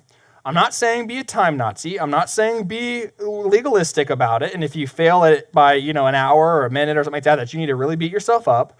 I'm saying that we should all have some sense of parameters around how much time that we spend with entertainment. And if you don't have anything like that, you don't have any sense of how much time that you're spending doing things around entertainment, then you should probably create something like that in your life. Take a break here. Are we doing better on sound now? We stopped cutting out? Hey, way to go, Court. Solid stuff. No, I'm good on tea. By the way, Jalen.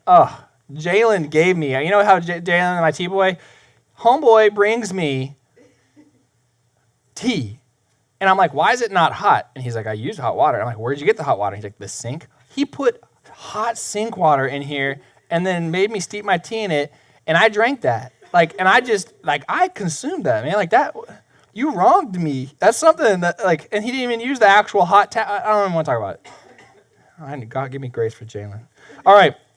Let's do the next one, okay? Number 3, about rethinking. We need to rethink free time. I've hit on this a handful of times, but we need to rethink free time. Each one of us needs to rethink this. The first way that we need to rethink it is by submitting it to the lordship of Christ. We need to rethink free time by submitting it to the lordship of Christ. We have to develop a proper mindset that places God as the Lord over all of our time. Not just the time we're working or going to church or school or whatever. I have found that there's this implicit attitude of staking a claim for my own free time, for myself. Like I stake a claim to that. And I become my own God when I do that. When we are in charge of our own free time and we don't even think about what God could want for us, we become our own gods. And that always spells disaster for humanity. And I think it's spelling disaster for our culture. What would it look like for us to really buy into the idea that our time belongs to God? And what might it change? If all of your time, especially your free time, if that belongs to God, what might that change if you really bought into that? A part of the problem here is that we think God is like a slave driver who's going to use up all of our time for himself, and you're not going to have any fun. You'll never be able to be entertained. But the irony is that he knows far better what we need than we do. And if we were to truly submit our free time and other time to him, he would give us far more abundant life and rest. I really believe that. If we submitted our free time to God, if we really believed that he had our best intentions in mind here, then I really believe that he would give us far more abundant life and rest. And I've experienced that. I've made it a practice to some nights, usually 1 or 2 nights a week, instead of going to, watch TV with my wife, instead of maybe going and playing Fortnite or something like that, my hour of Fortnite a day, like instead of doing that kind of stuff, I sit down in my study, I think, I read, I pray, I write letters to people, I just spend some of that time, and I'm telling you, I feel so much more rejuvenated when I do that. I don't feel like I'm working, I don't feel like that. It's my free time, and I've used it to do something other than to seek pleasure or to just have fun and entertain myself. And that's important. So that might be a way that it could look for you. The second way that we need to rethink free time is we need to rethink free time by valuing things other than entertainment and pleasure. This is a simple one. We need to value something other than entertainment and pleasure. We have to value things, even things like empty space, which to us, we're like, what would I do if it's not nothing? Let me tell you what happens when you're doing nothing. You begin to think. I know this is a crazy idea, but you actually sometimes can think about what's going on in your heart and mind and life. You can begin to take those things to God. Empty space is important. Time to think, time to be alone, to just observe, to just kind of reflect upon what's happening in your life and in your heart, in the lives and hearts of the people around you, to pray, that kind of stuff. According to John Dyer's, that dean that I quoted earlier, he said, we should carefully curate what we consume, leaving space for contemplation. Curate means that we should be choosing very intentionally what we do and how we consume. And we should leave space for contemplation. Most people are terrified to spend 5 to 10 minutes alone with their thoughts. They need something. They need stimulus. They need something that's stimulating their minds constantly. And that is not a good state. That, if you know how earlier I was talking about addiction, that looks a ton like addiction to me. And we need to be aware of that. This whole question of what else would I do? Let me tell you, there's a lot of things you can do besides entertainment. But go discover some things. Figure it out. Maybe you like gardening, and you could do that. Not to say that it's necessarily better than entertainment, but you need to diversify your portfolio with free time. You really do. You got to do something other than pleasure seeking. Do something that even sometimes resemble work sometimes in your free time. Do things that look like play. Do things that are relational. Do other things besides just seeking out ways that you can be entertained, especially by a screen. There's so much out there. Go on walks, journal, draw, learn piano.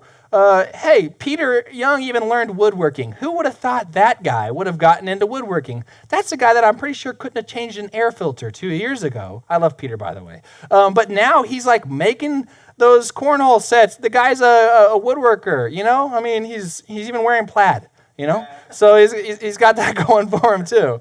So he's learning woodworking. Learn something. There's so much you can do in this life. Don't be hampered and restricted by just a screen and by just these things that are constantly pleasure-seeking. There are things you can do with your free time besides that.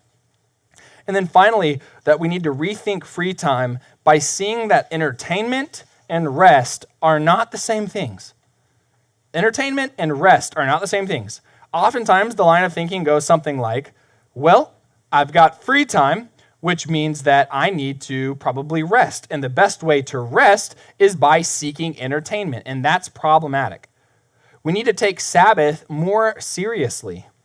The main component of Sabbath is and rest is ceasing. It's stopping. Stop doing stuff. Stop seeking out pleasure. Stop seeking all these different things. When we continually pursue entertainment during our free time, we fail to stop.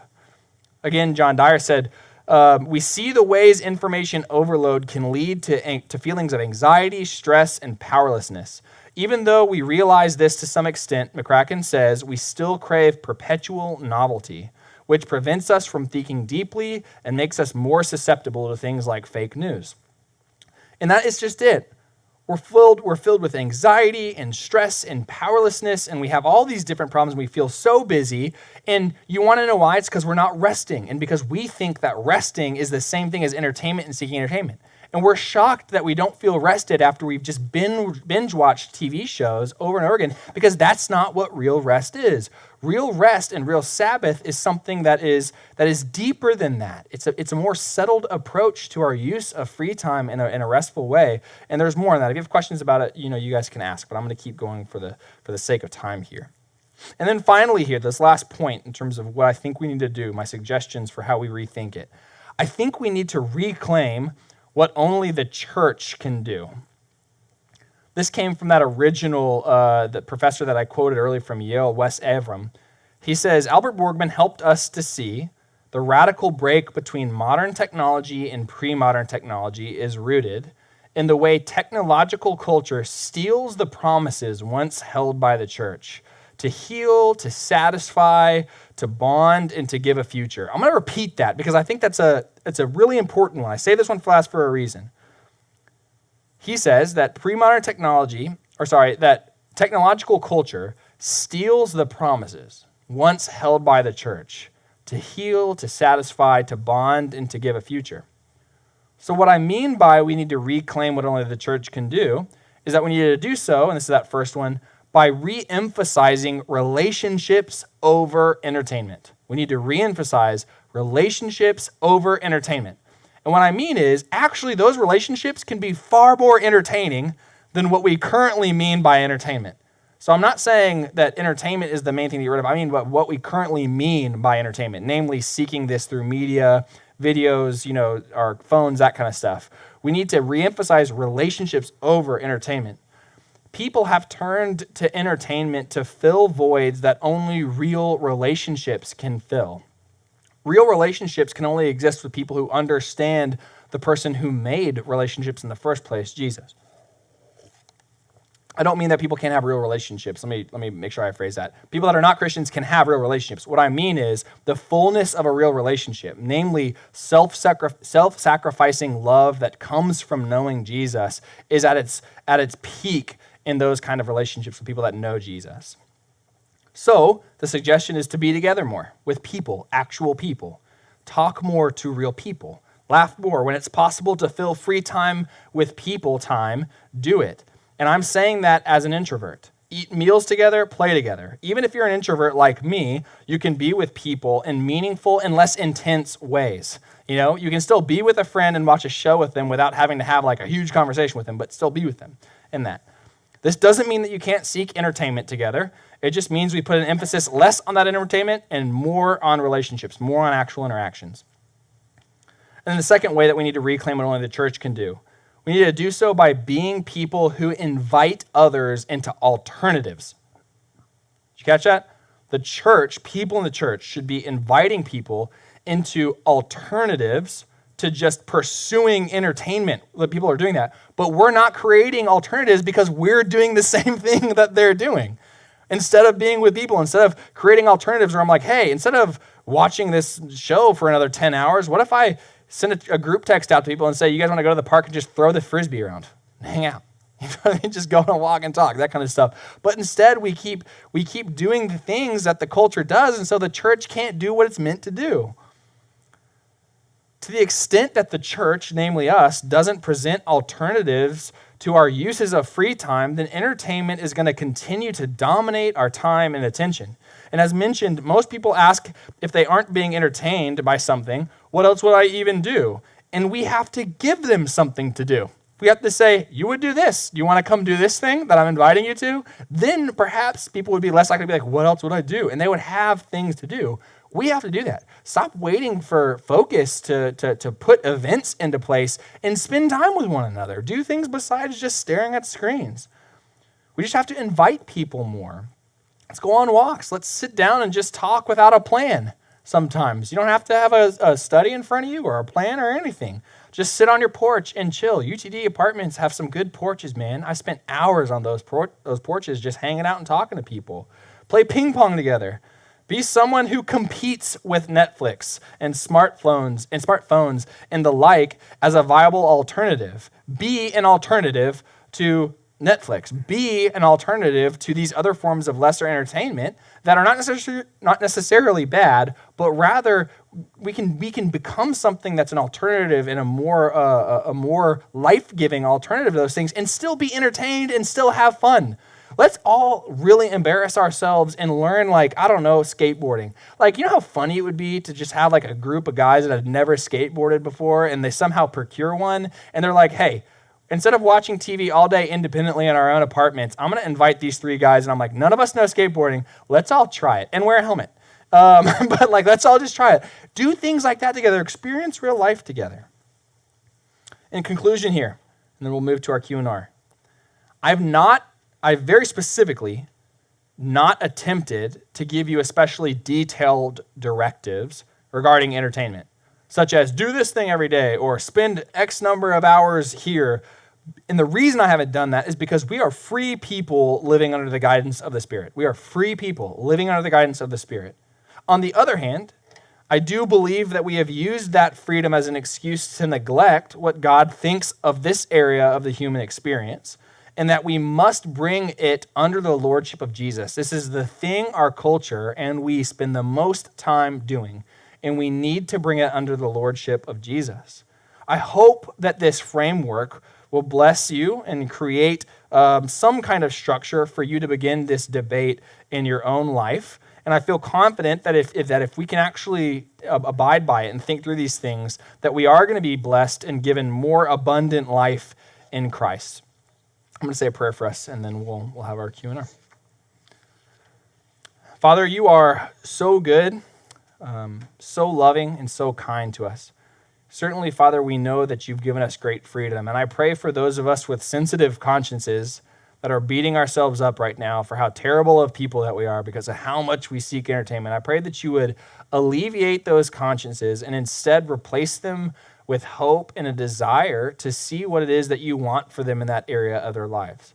Help them instead to see the invitation into more abundant and full life, into a balanced perspective about how we should take in entertainment.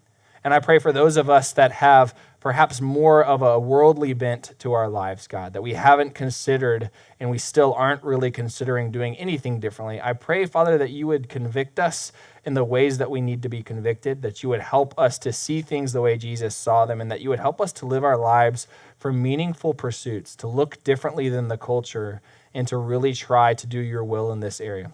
We love you so much. We thank you for how you blessed us, and we pray these things in Jesus' name. Amen. Okay, I'll tell you what.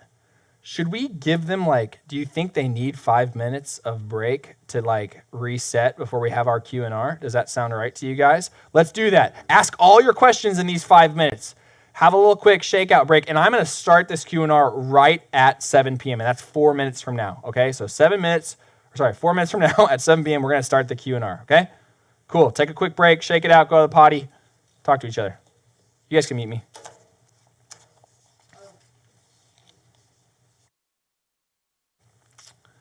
Okay, I'm unmuted. So we had questions in the chat. We'll have them. Feel free to ask them, and we might have time for them, but Jalen is going to ask a question, and I'll repeat it to you so that you know which question that I'm asking or answering or responding to. All right, okay, go for it. The first question is, a lot of what you said applies to entertainment that involves screens and things. Would these principles also apply to playing sports, reading books, gardening? Yeah, so Jalen said a lot of these things apply mostly that I'm talking about with entertainment apply to screens and things like that, but would they also apply to stuff like gardening, playing sports, and that kind of stuff? The answer is, I think the principles are maybe just helpful in terms of just thinking generally about the way I spend my time and about what that should look like. So I think it does apply to those things. However, I do think if you had to pin me to it, an order of operations, or rather priorities, I mentioned that before, reasons to be entertained, and there's a hierarchy. I don't think all forms of entertainment are the same. So playing board games with friends where I get to have meaningful conversation, yes, that's entertainment, but perhaps it's a more beneficial form of entertainment than me sitting by myself in my room watching the Office for the nth time, Kristen. And so, maybe that's what I'm suggesting. So I do think that it would be one thing if all you ever did was go play basketball all the time, and perhaps you'd need to balance it out. Balance is called for across the board. But I think in that specific case, then I think we have to know ourselves in this area and try to balance well. Does that answer that question, you think? You guys give me feedback, because otherwise I'm not going to pay attention. So whether it's like answered the question, I might answer some different question. All right, go ahead. Yeah, how would you, what advice would you have for someone who has tried to limit their media consumption but has failed? Yeah, what advice would I give to someone that has tried to limit their media consumption but has failed? Is that right? Yeah. Okay. I would say try harder. I'm just joking. Just do it. Anybody know the meme that I'm referencing? Shia LaBeouf? Okay, sorry. But that being said, I think the main thing that I've seen is people make all these kind of decisions about media consumption and all that kind of stuff. And I feel like they're overly concerning themselves with the what rather than the why. And at least for me, I can't get behind a consistent mode of action unless I know why I'm doing it. And so I get the feeling that most people are just like, you know what I'm going to do is I'm just going to cut media because I have this vague sense that it's bad. I think you'd do better off with probably journaling about praying and thinking through what are the reasons why you feel like you need to limit those things. And then getting on the same page with God about what those things are can really help you keep your what in place. The why keeps the what in place. If we only have the what, then it's just going to be like, well, I said I was going to do this thing, but I don't really know why. I'm just doing it because I had this vague sense that it wasn't good. So maybe the best advice I could give for someone that was repeatedly failing in that is to spend more time really trying to discern the why of what they're doing before they just go about doing the what thing. Yeah. All right. Is it working now? Can you guys hear Jalen? Jalen, say something. Can you spit some like some mad verses? Some mad bars? Yeah, mad bars. I forgot bars. Yeah. Is it on? Okay. Just ask the questions and then I'll keep responding until they get to work. All right, go ahead. How have you seen Christians give into this school of thought of hedonism? Oh, have I seen Christians given in the school of thought of hedonism? Yeah, in every way that the culture does. I'm sure that most people think like hedonism is like this word from their Greek studies class and that it doesn't apply to us today. But I would be remiss to not point out that Greek culture is probably the main culture that has influenced Western culture today. In a lot of different ways, even the way that we think about truth, the way we think about reality, that kind of stuff. Hedonism, namely this pursuit of pleasure, like making your life about the pursuit of happiness and pleasure. That's the American motto, life, liberty, and the pursuit of happiness, right? It's in our Constitution, but the thing about it is that if you're a Christian, the pursuit of happiness is not a thing. The pursuit of pleasure is not a thing in that sense. Not to say pleasure is bad. I think I went out of my way to suggest that asceticism, namely this any pleasure is bad and treat your body harshly, that kind of stuff, that's not good either. God made some good things that are meant to be enjoyed, but it's not the purpose of life. If we make the purpose of life pleasure seeking, then we've missed the point of life. And when I say that American culture is pretty thoroughly hedonistic, what I mean is what we do is about pleasure. Even our pursuit of money. Why do people want to make money? Oh, so that they can have more stuff that'll make them happy, so that they can go on more vacations that'll make them happy, so that they can have more blah that'll make them happy. It's all about happiness and it's about pleasure. Why do we go to the movies? Why do we fill our time with stuff that's about like us? Like we can't even go and I want to say we can't use the restroom without using our phones because we're like, what would I do while I was in there? Just sit there like this? Like we can't. Like we need it all the time. And so if you're asking me the ways that I see it in our media consumption, even just saying, hey, we spend 12 hours a day pursuing it. That should be enough to say to you, we probably have a pleasure problem. Like we're pursuing it in a hedonistic way. We've made it about that stuff. So it's how we spend our money. It's the way that we go about everything. A lot of our questions, the main question that I have, unfortunately, is, do I want to do this? Will I enjoy this thing? That is hedonism. That's what it is. A Christian doesn't operate by those questions and those standards. Christians are not asking, am I just going to enjoy it and like it a lot? Am I going to have pleasure from it? They're asking, is this good? Does God want this? Is this best for that person? Those are the questions Christians ask. And it is at odds with hedonism. Can they hear you now? Okay, I think they can hear me now. Am I on the stream? Yes? Okay. Cool. Okay, so Fancy. this question is, what's the best way to filter what I watch without completely cutting it out? And so I imagine they're asking, if something has elements that I think Jesus would not be excited about, do I have to cut out that thing completely? Yeah, what's your response to that? Ooh, that's a good one. I'm glad I didn't have to repeat that question because that's like a hard one. That's like a long one to repeat. So let's say there's bad stuff. I already confessed to you guys, and I have to say, like, if this is challenging to you, like, it's challenging to me. I had to write this thing, and I was like, every time I wrote it, I was like, oh man, like that's hard. Like I'm like, that's gonna be tough to do. Like, I feel your pain. I'm like, I really like Game of Thrones. I am coming up with so many, like, I'm trying my brain is working overtime to come up with reasons why it's okay for me to do it, right? But I have to also let this other voice speak that pushes back on that thing and says, wait a second, maybe that's not good. Just because you can acknowledge that it's bad, just because you can fast forward the sex scenes, is it still good to fill your heart and your mind with those things? And honestly, I'm not going to tell you what you need to do here in terms of like, oh, well, if it's got a sex scene, then you should cut it out completely. I think you need to know what you struggle with. I think you need to know what you're tempted by. And I think you should probably stay away from things that lean that direction. So, I do think that a lot of these reality shows that we watch, whether it's, I'm going to try to be an equal opportunity offender. If you're this guy that likes UFC because you're like, it's just sport. Like, it's just sport. Same thing with football, too. I'm going to put this out there. At heart, I love football and have watched it for a long time. But the science coming out of football is very clear. People are getting damaged. And I think it says something about us that we are willingly engaging in watching this activity where people throw their bodies at one another, not to injure. That's not the point, but that is what is happening. And so I think we at least need to be critical of whether Jesus would really enjoy that. Would Jesus be there in a stadium on a Sunday cheering on the Cowboys like I would be? And again, I want to be an equal opportunity offender for myself. This is challenging to me. I like football. I want to watch it.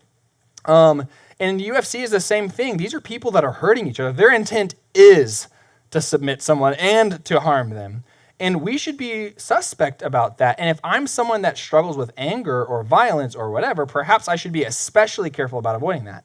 And likewise, as a woman, if I am, kind of a bleeding heart, if I'm someone that's just all about romance and, that kind of stuff, and I want to watch The Bachelor because I think that it's really entertaining to have that. There's this hunk, and I don't know why that's a thing, but at any rate, if I'm entertained by something like that, if I'm entertained by the serial killer shows, these kind of stuff, I need to know what at work is in my heart that is drawn to that thing. My suggestion to that person that's like, do I cut this out?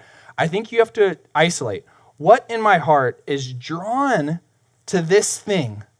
And is it good, bad? Am I feeding something I shouldn't be feeding? Should I be starving this thing or feeding it? Because I genuinely do think there are probably some people that can watch things that are less than wholesome and perhaps not be putting themselves in any danger and still be okay. It's permissible for them. And I think there are probably other people that can't. So my suggestion to that person is you need to prayerfully evaluate your heart and yourself and make a decision that you think is best with what you got. That's it. Is that a decent answer or is that total rubbish? Okay. What's the next one? Okay, next question is, what are some specific questions that we can ask ourselves to reflect on the state of our hearts when it comes to entertainment? You said that again. I was not paying attention. You were drinking the tea, I got you? I was drinking my tea, and that took up like all my mental space Okay, cool, at the yeah. time. Like, I do this like is the hot water. I'm normally like not thinking right now. Like, things have been shut down. Sorry. Okay, so what are some specific questions that we can ask ourselves to reflect on our hearts when it comes to entertainment? Well, I kind of mentioned this in this last question about like that question, what in my heart is drawn to this show or to this activity, right? So for me, like, I know I've been evaluating ever since I started writing this stuff. I've been like, why do I play Fortnite? Like, why do I like to play so much? Why do I like to spend an hour a day, like, just like at least, just kind of thinking through, like, I don't know, why do I enjoy that, And I think a lot of it is like my brain I notice, like, from the time I wake up, my wife will tell you, like, most people, like, wake up groggy-eyed and, like, sleepy. Like, I wake up with, like, thoughts in my head and things to talk about. And that's just, and then I'm the opposite at nighttime. So I'm not saying I'm like that all the time. Like, I am a caveman at night. Like, academic in the morning, caveman at night. But my mind just churns and churns, and I'm thinking about stuff all the time. And I've noticed that when I play Fortnite, I can slow that down and hit a reset button. And some people like to take naps. Some people like to watch a show or something like that. It's like that I can hit some reset buttons and be reinvigorated to go do something else. I've noticed that. That's not exonerating the fact that I've spent 52 days doing it. The thing that I think is problematic for us is that we want tension in ourselves to be resolved. We're constantly seeking a resolution to that tension. And the Pharisees did that to an end that made them actually something other than godly, because they were trying to resolve issues that perhaps there's some tensions that should remain in you, maybe questions that should stay in you. So yeah, one good question is just what in my heart is drawing me to this specific activity or show or whatever, and is that something I should feed or not? Other questions could be something along the lines of, would I watch this show while sitting next to Jesus? Like when I think about Survivor, I'm like, I would totally watch it with Jesus and be like, what do you think about like that play? That was crazy. Like that went on. That doesn't mean I'm right. It's just to say I don't think Survivor is like God's show, even though I know it is. I'm just joking. I'm sorry. I'm so sorry. I don't think it's God's show, but I ask myself questions of like, would Jesus be entertained by that? You know, one of my favorite all-time shows is It's Always Sunny in Philadelphia. And at some point I got too challenged by my own heart on it to say, I could never watch this show with Jesus, even though I think it's hilarious. I could never watch this show with Jesus. I don't think it's a helpful message, even though it's a parody about narcissism. It's a parody about like how ridiculous people could be. And I found it really funny, but I gave it up because I honestly just didn't see it doing good things in my heart. That's it. I think it drove my I might say my rough side. I have a rough side where I joke too roughly sometimes, and I think it drove that. It drove some of the Davis in me a little bit too far. I think maybe if you don't know Davises, we're a little bit from a rough cut. And so I had to say that's probably not helping my soul on that stuff. So anyway, long drawn out answer. There's a lot of good questions you can ask, but that's a handful. Cool. Next question is, what are some good ways to remain cognizant of our media consumption? So like keep track of. Okay, you gotta say it one more time. Like just do it like slower and like less with your normal voice. I'm just joking. What? I'm just joking. Sorry, I love Jalen, you guys. I just give him a hard time. See, I have not been watching It's Always Sunny, but I still made that joke. See, imagine if I had been watching that. All right, that's your rough side. Okay, what are some good ways to remain cognizant of our media consumption? So maybe like keeping track of... Total UTD guy question, 100%. What are some good ways to remain cognizant of our what? Yeah, COG, of our media consumption. Of our media consumption. Some good ways to remain cognizant of it. I mean, you've got the screen time on your phone now, right? I don't know why they did that, but they did it, and it can be helpful, right? So you've got that screen time. Another activity that you could do is you could start to actually like write out, like this week, for instance, try it. How like don't try to adjust anything. Maybe just write out how many hours that you actually did it on your phone, on your TV, that kind of stuff, and write out your hours and ask yourself if you're okay with it. Ask God if He's okay with it. But yeah, I would track those things at least a little bit. I'm not saying do that forever, but my suggestion earlier was that we need to have some structure here. We need to have some sort of guidelines for ourselves put in place. Maybe a good start would be just kind of trying to figure out exactly how many hours a day and a week that you're spending doing this. And also that might help those of you that are like, I'm so busy, to be like, oh, actually, I spent 70 hours this week doing entertainment stuff. Yeah, okay, cool. Yeah, I need to think about that. Yeah, what else? So the next question is about Christian media. Is it possible to use Christian media like in an unhealthy way? Like, can Christian music or Christian movies and things like that be unhealthily consumed? Can Christian media, like entertainment sources, can we be treat those unhelpfully consumed? Yeah. Sure. Yeah. It's driving a message. You know what I mean? It's like, you got the whole God's not dead thing, and it's kind of like it paints non-believers as just dumb, evil people who are looking at like to get Christians, that kind of stuff. I'm sorry that I keep harping on that, but I saw part of that movie and I was like, it can drive unrealistic examples of the world. And likewise, I'm going to say something that's maybe a little bit dangerous. There are plenty of non-Christian films, and I mean plenty of non-Christian films that have shown me and given me insight into God's heart and into in beautiful glimpses into God's creation and humanity and all kinds of different things, whether it's society or otherwise. Some of the best filmmakers out there, and maybe the best filmmakers out there, are probably not Christian. And there are some things about the human experience which can be communicated in very beautiful, meaningful ways that can enrich our lives through media. Again, I teach that film and society class. There are some films that have been wonderful, life-giving things to me as I was entertained by them as well.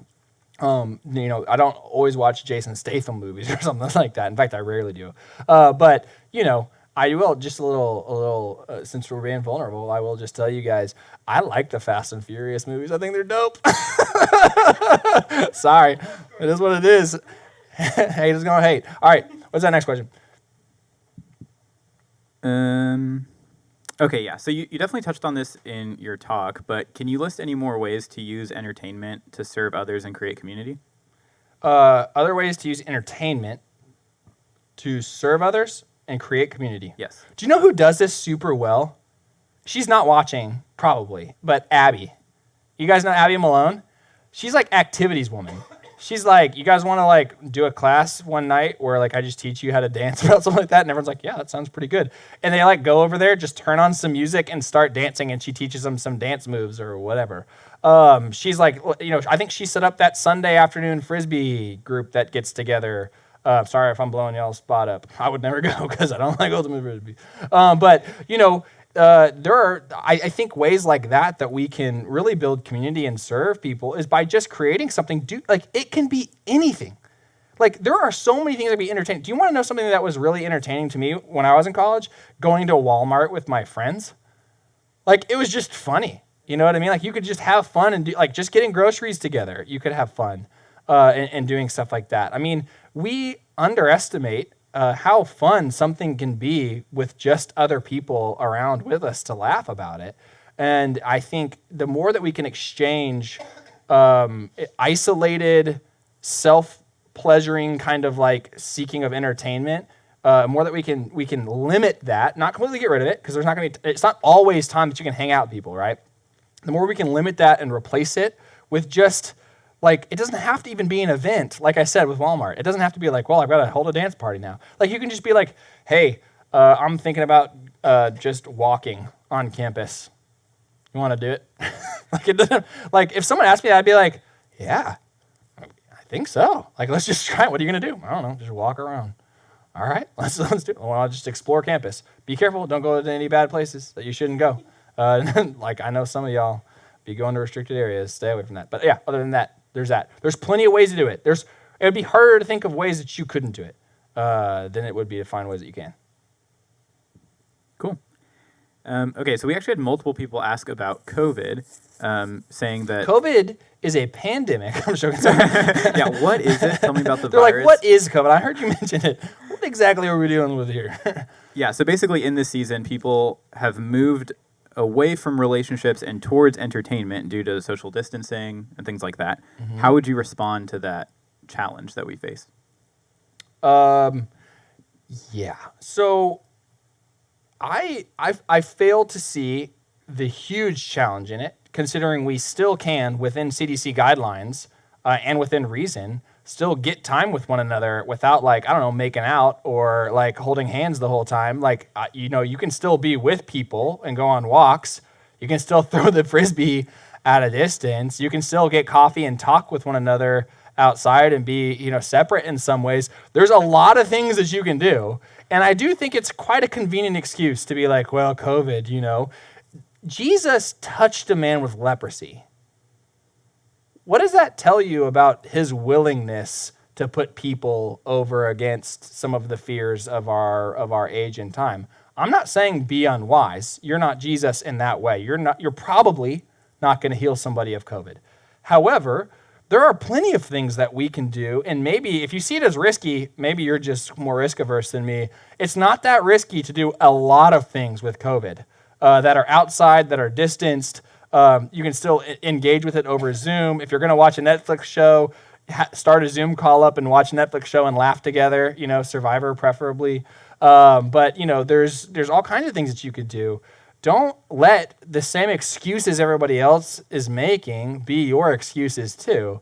You could still do it. Could you see, a simple question, let's say Jesus is alive right now. Could you see Jesus being like, well, it's COVID. I'm going to stay in my apartment and hunker down and protect myself and not spend any time with people because, that's just the safest call. I don't see Jesus doing that. And nor do I see him being unwise and flaunting maskless, close distance hangout or something like that. We should be wise, but we shouldn't use it as an excuse to be lazy about spending time with people. Yeah, the world is doing it one way. Let's not.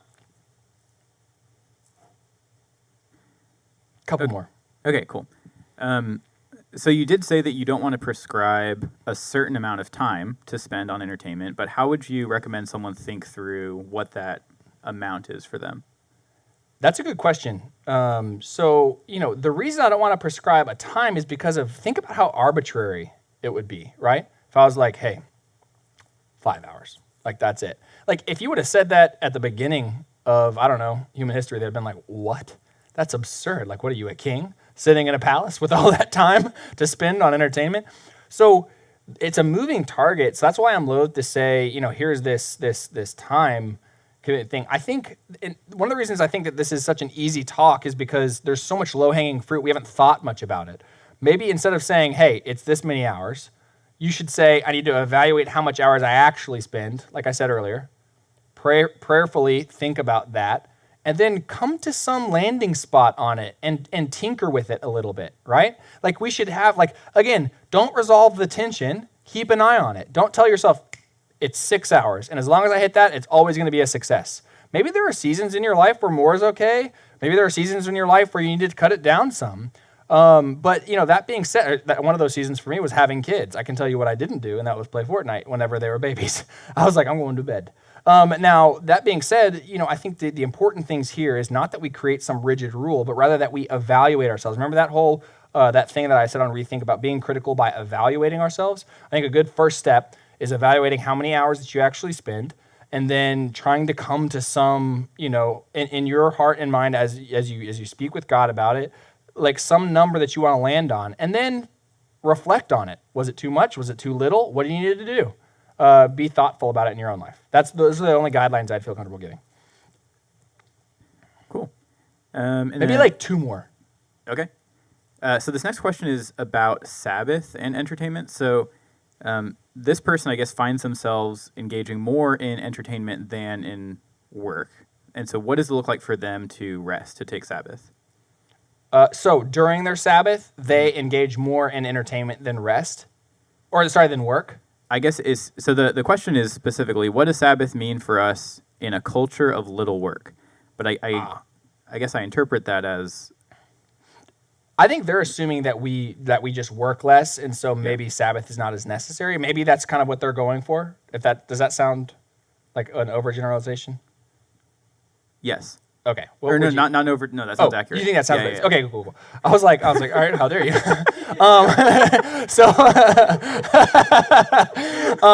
So yeah, I mean, I think this idea of like we don't need rest because we don't work, in the fields 120 hours a week is probably wrong. But rather, I think maybe the question should be something along the lines of, what does Sabbath look like for God's people? What should we be doing about Sabbath? And I think we can take some cues from Scripture on that. I think emphasis and attention should be spent on time with people.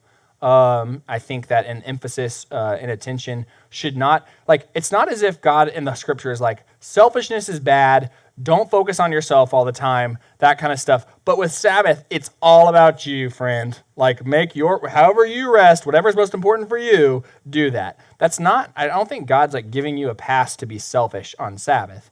I think what he's saying is, on Sabbath, We're meant to stop from our normal rhythm of being and doing, step out of that rhythm of being and doing, and reflect and think and spend time with people and do stuff differently.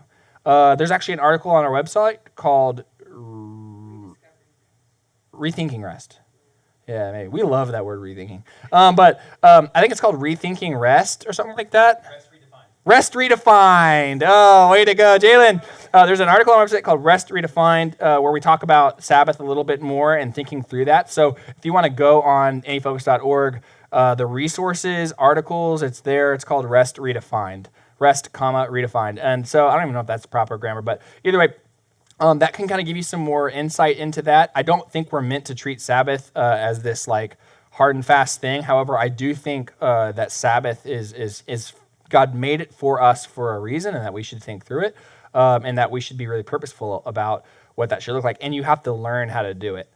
So that can probably help give. That's kind of a punt to say read this article, but it's a little bit too hard. You could do a whole piece of theology about Sabbath for sure, and then some. Okay, one more, last one. Okay, last question. Better be good. What are some resources that you would recommend for someone to think about this further? So yeah, dude, here's what stinks. Like I said, I looked for a lot of resources on this to think about it, and there are not a lot of good ones. And it's really difficult to find them. I spent a lot of hours looking for healthy articles, or not healthy, but helpful articles written by scholars or by people who knew what they were talking about, rather than just kind of Joe Schmo that's like, entertainment's bad. And it's really hard to find this stuff. I wish I could be like, oh, this article, I put my sources, here for you guys to be thinking about that. The books that I had picked up and started reading, I was halfway through and I was like, you know what? I don't think this is super helpful. Thanks a lot, Daria, by the way. She recommended one of those. So yeah. So, there's probably some good literature out there. And I would encourage you guys, if you find something that you think is really helpful, share that with a focused pastor so that maybe we can help kind of spread that around. I did ask John Stackhouse Jr. to write a book about it, and he acted like that would be interesting. So maybe we could just goad him into writing a book for us about it. But yeah, there are not a lot of good resources. There are numerous articles on Christianity Today that I'll talk about it that can be helpful for at least priming the pump. But I don't think you're going to come to some great new conclusion there, either. Yeah. Okay. Well, it is now 7:30. Thank you guys so much for tuning in to Pizza Theology. Thanks for hanging in there for these 2.5 hours. I appreciate you guys listening and watching, and I hope that it's a blessing to you guys moving forward. You guys have a great night.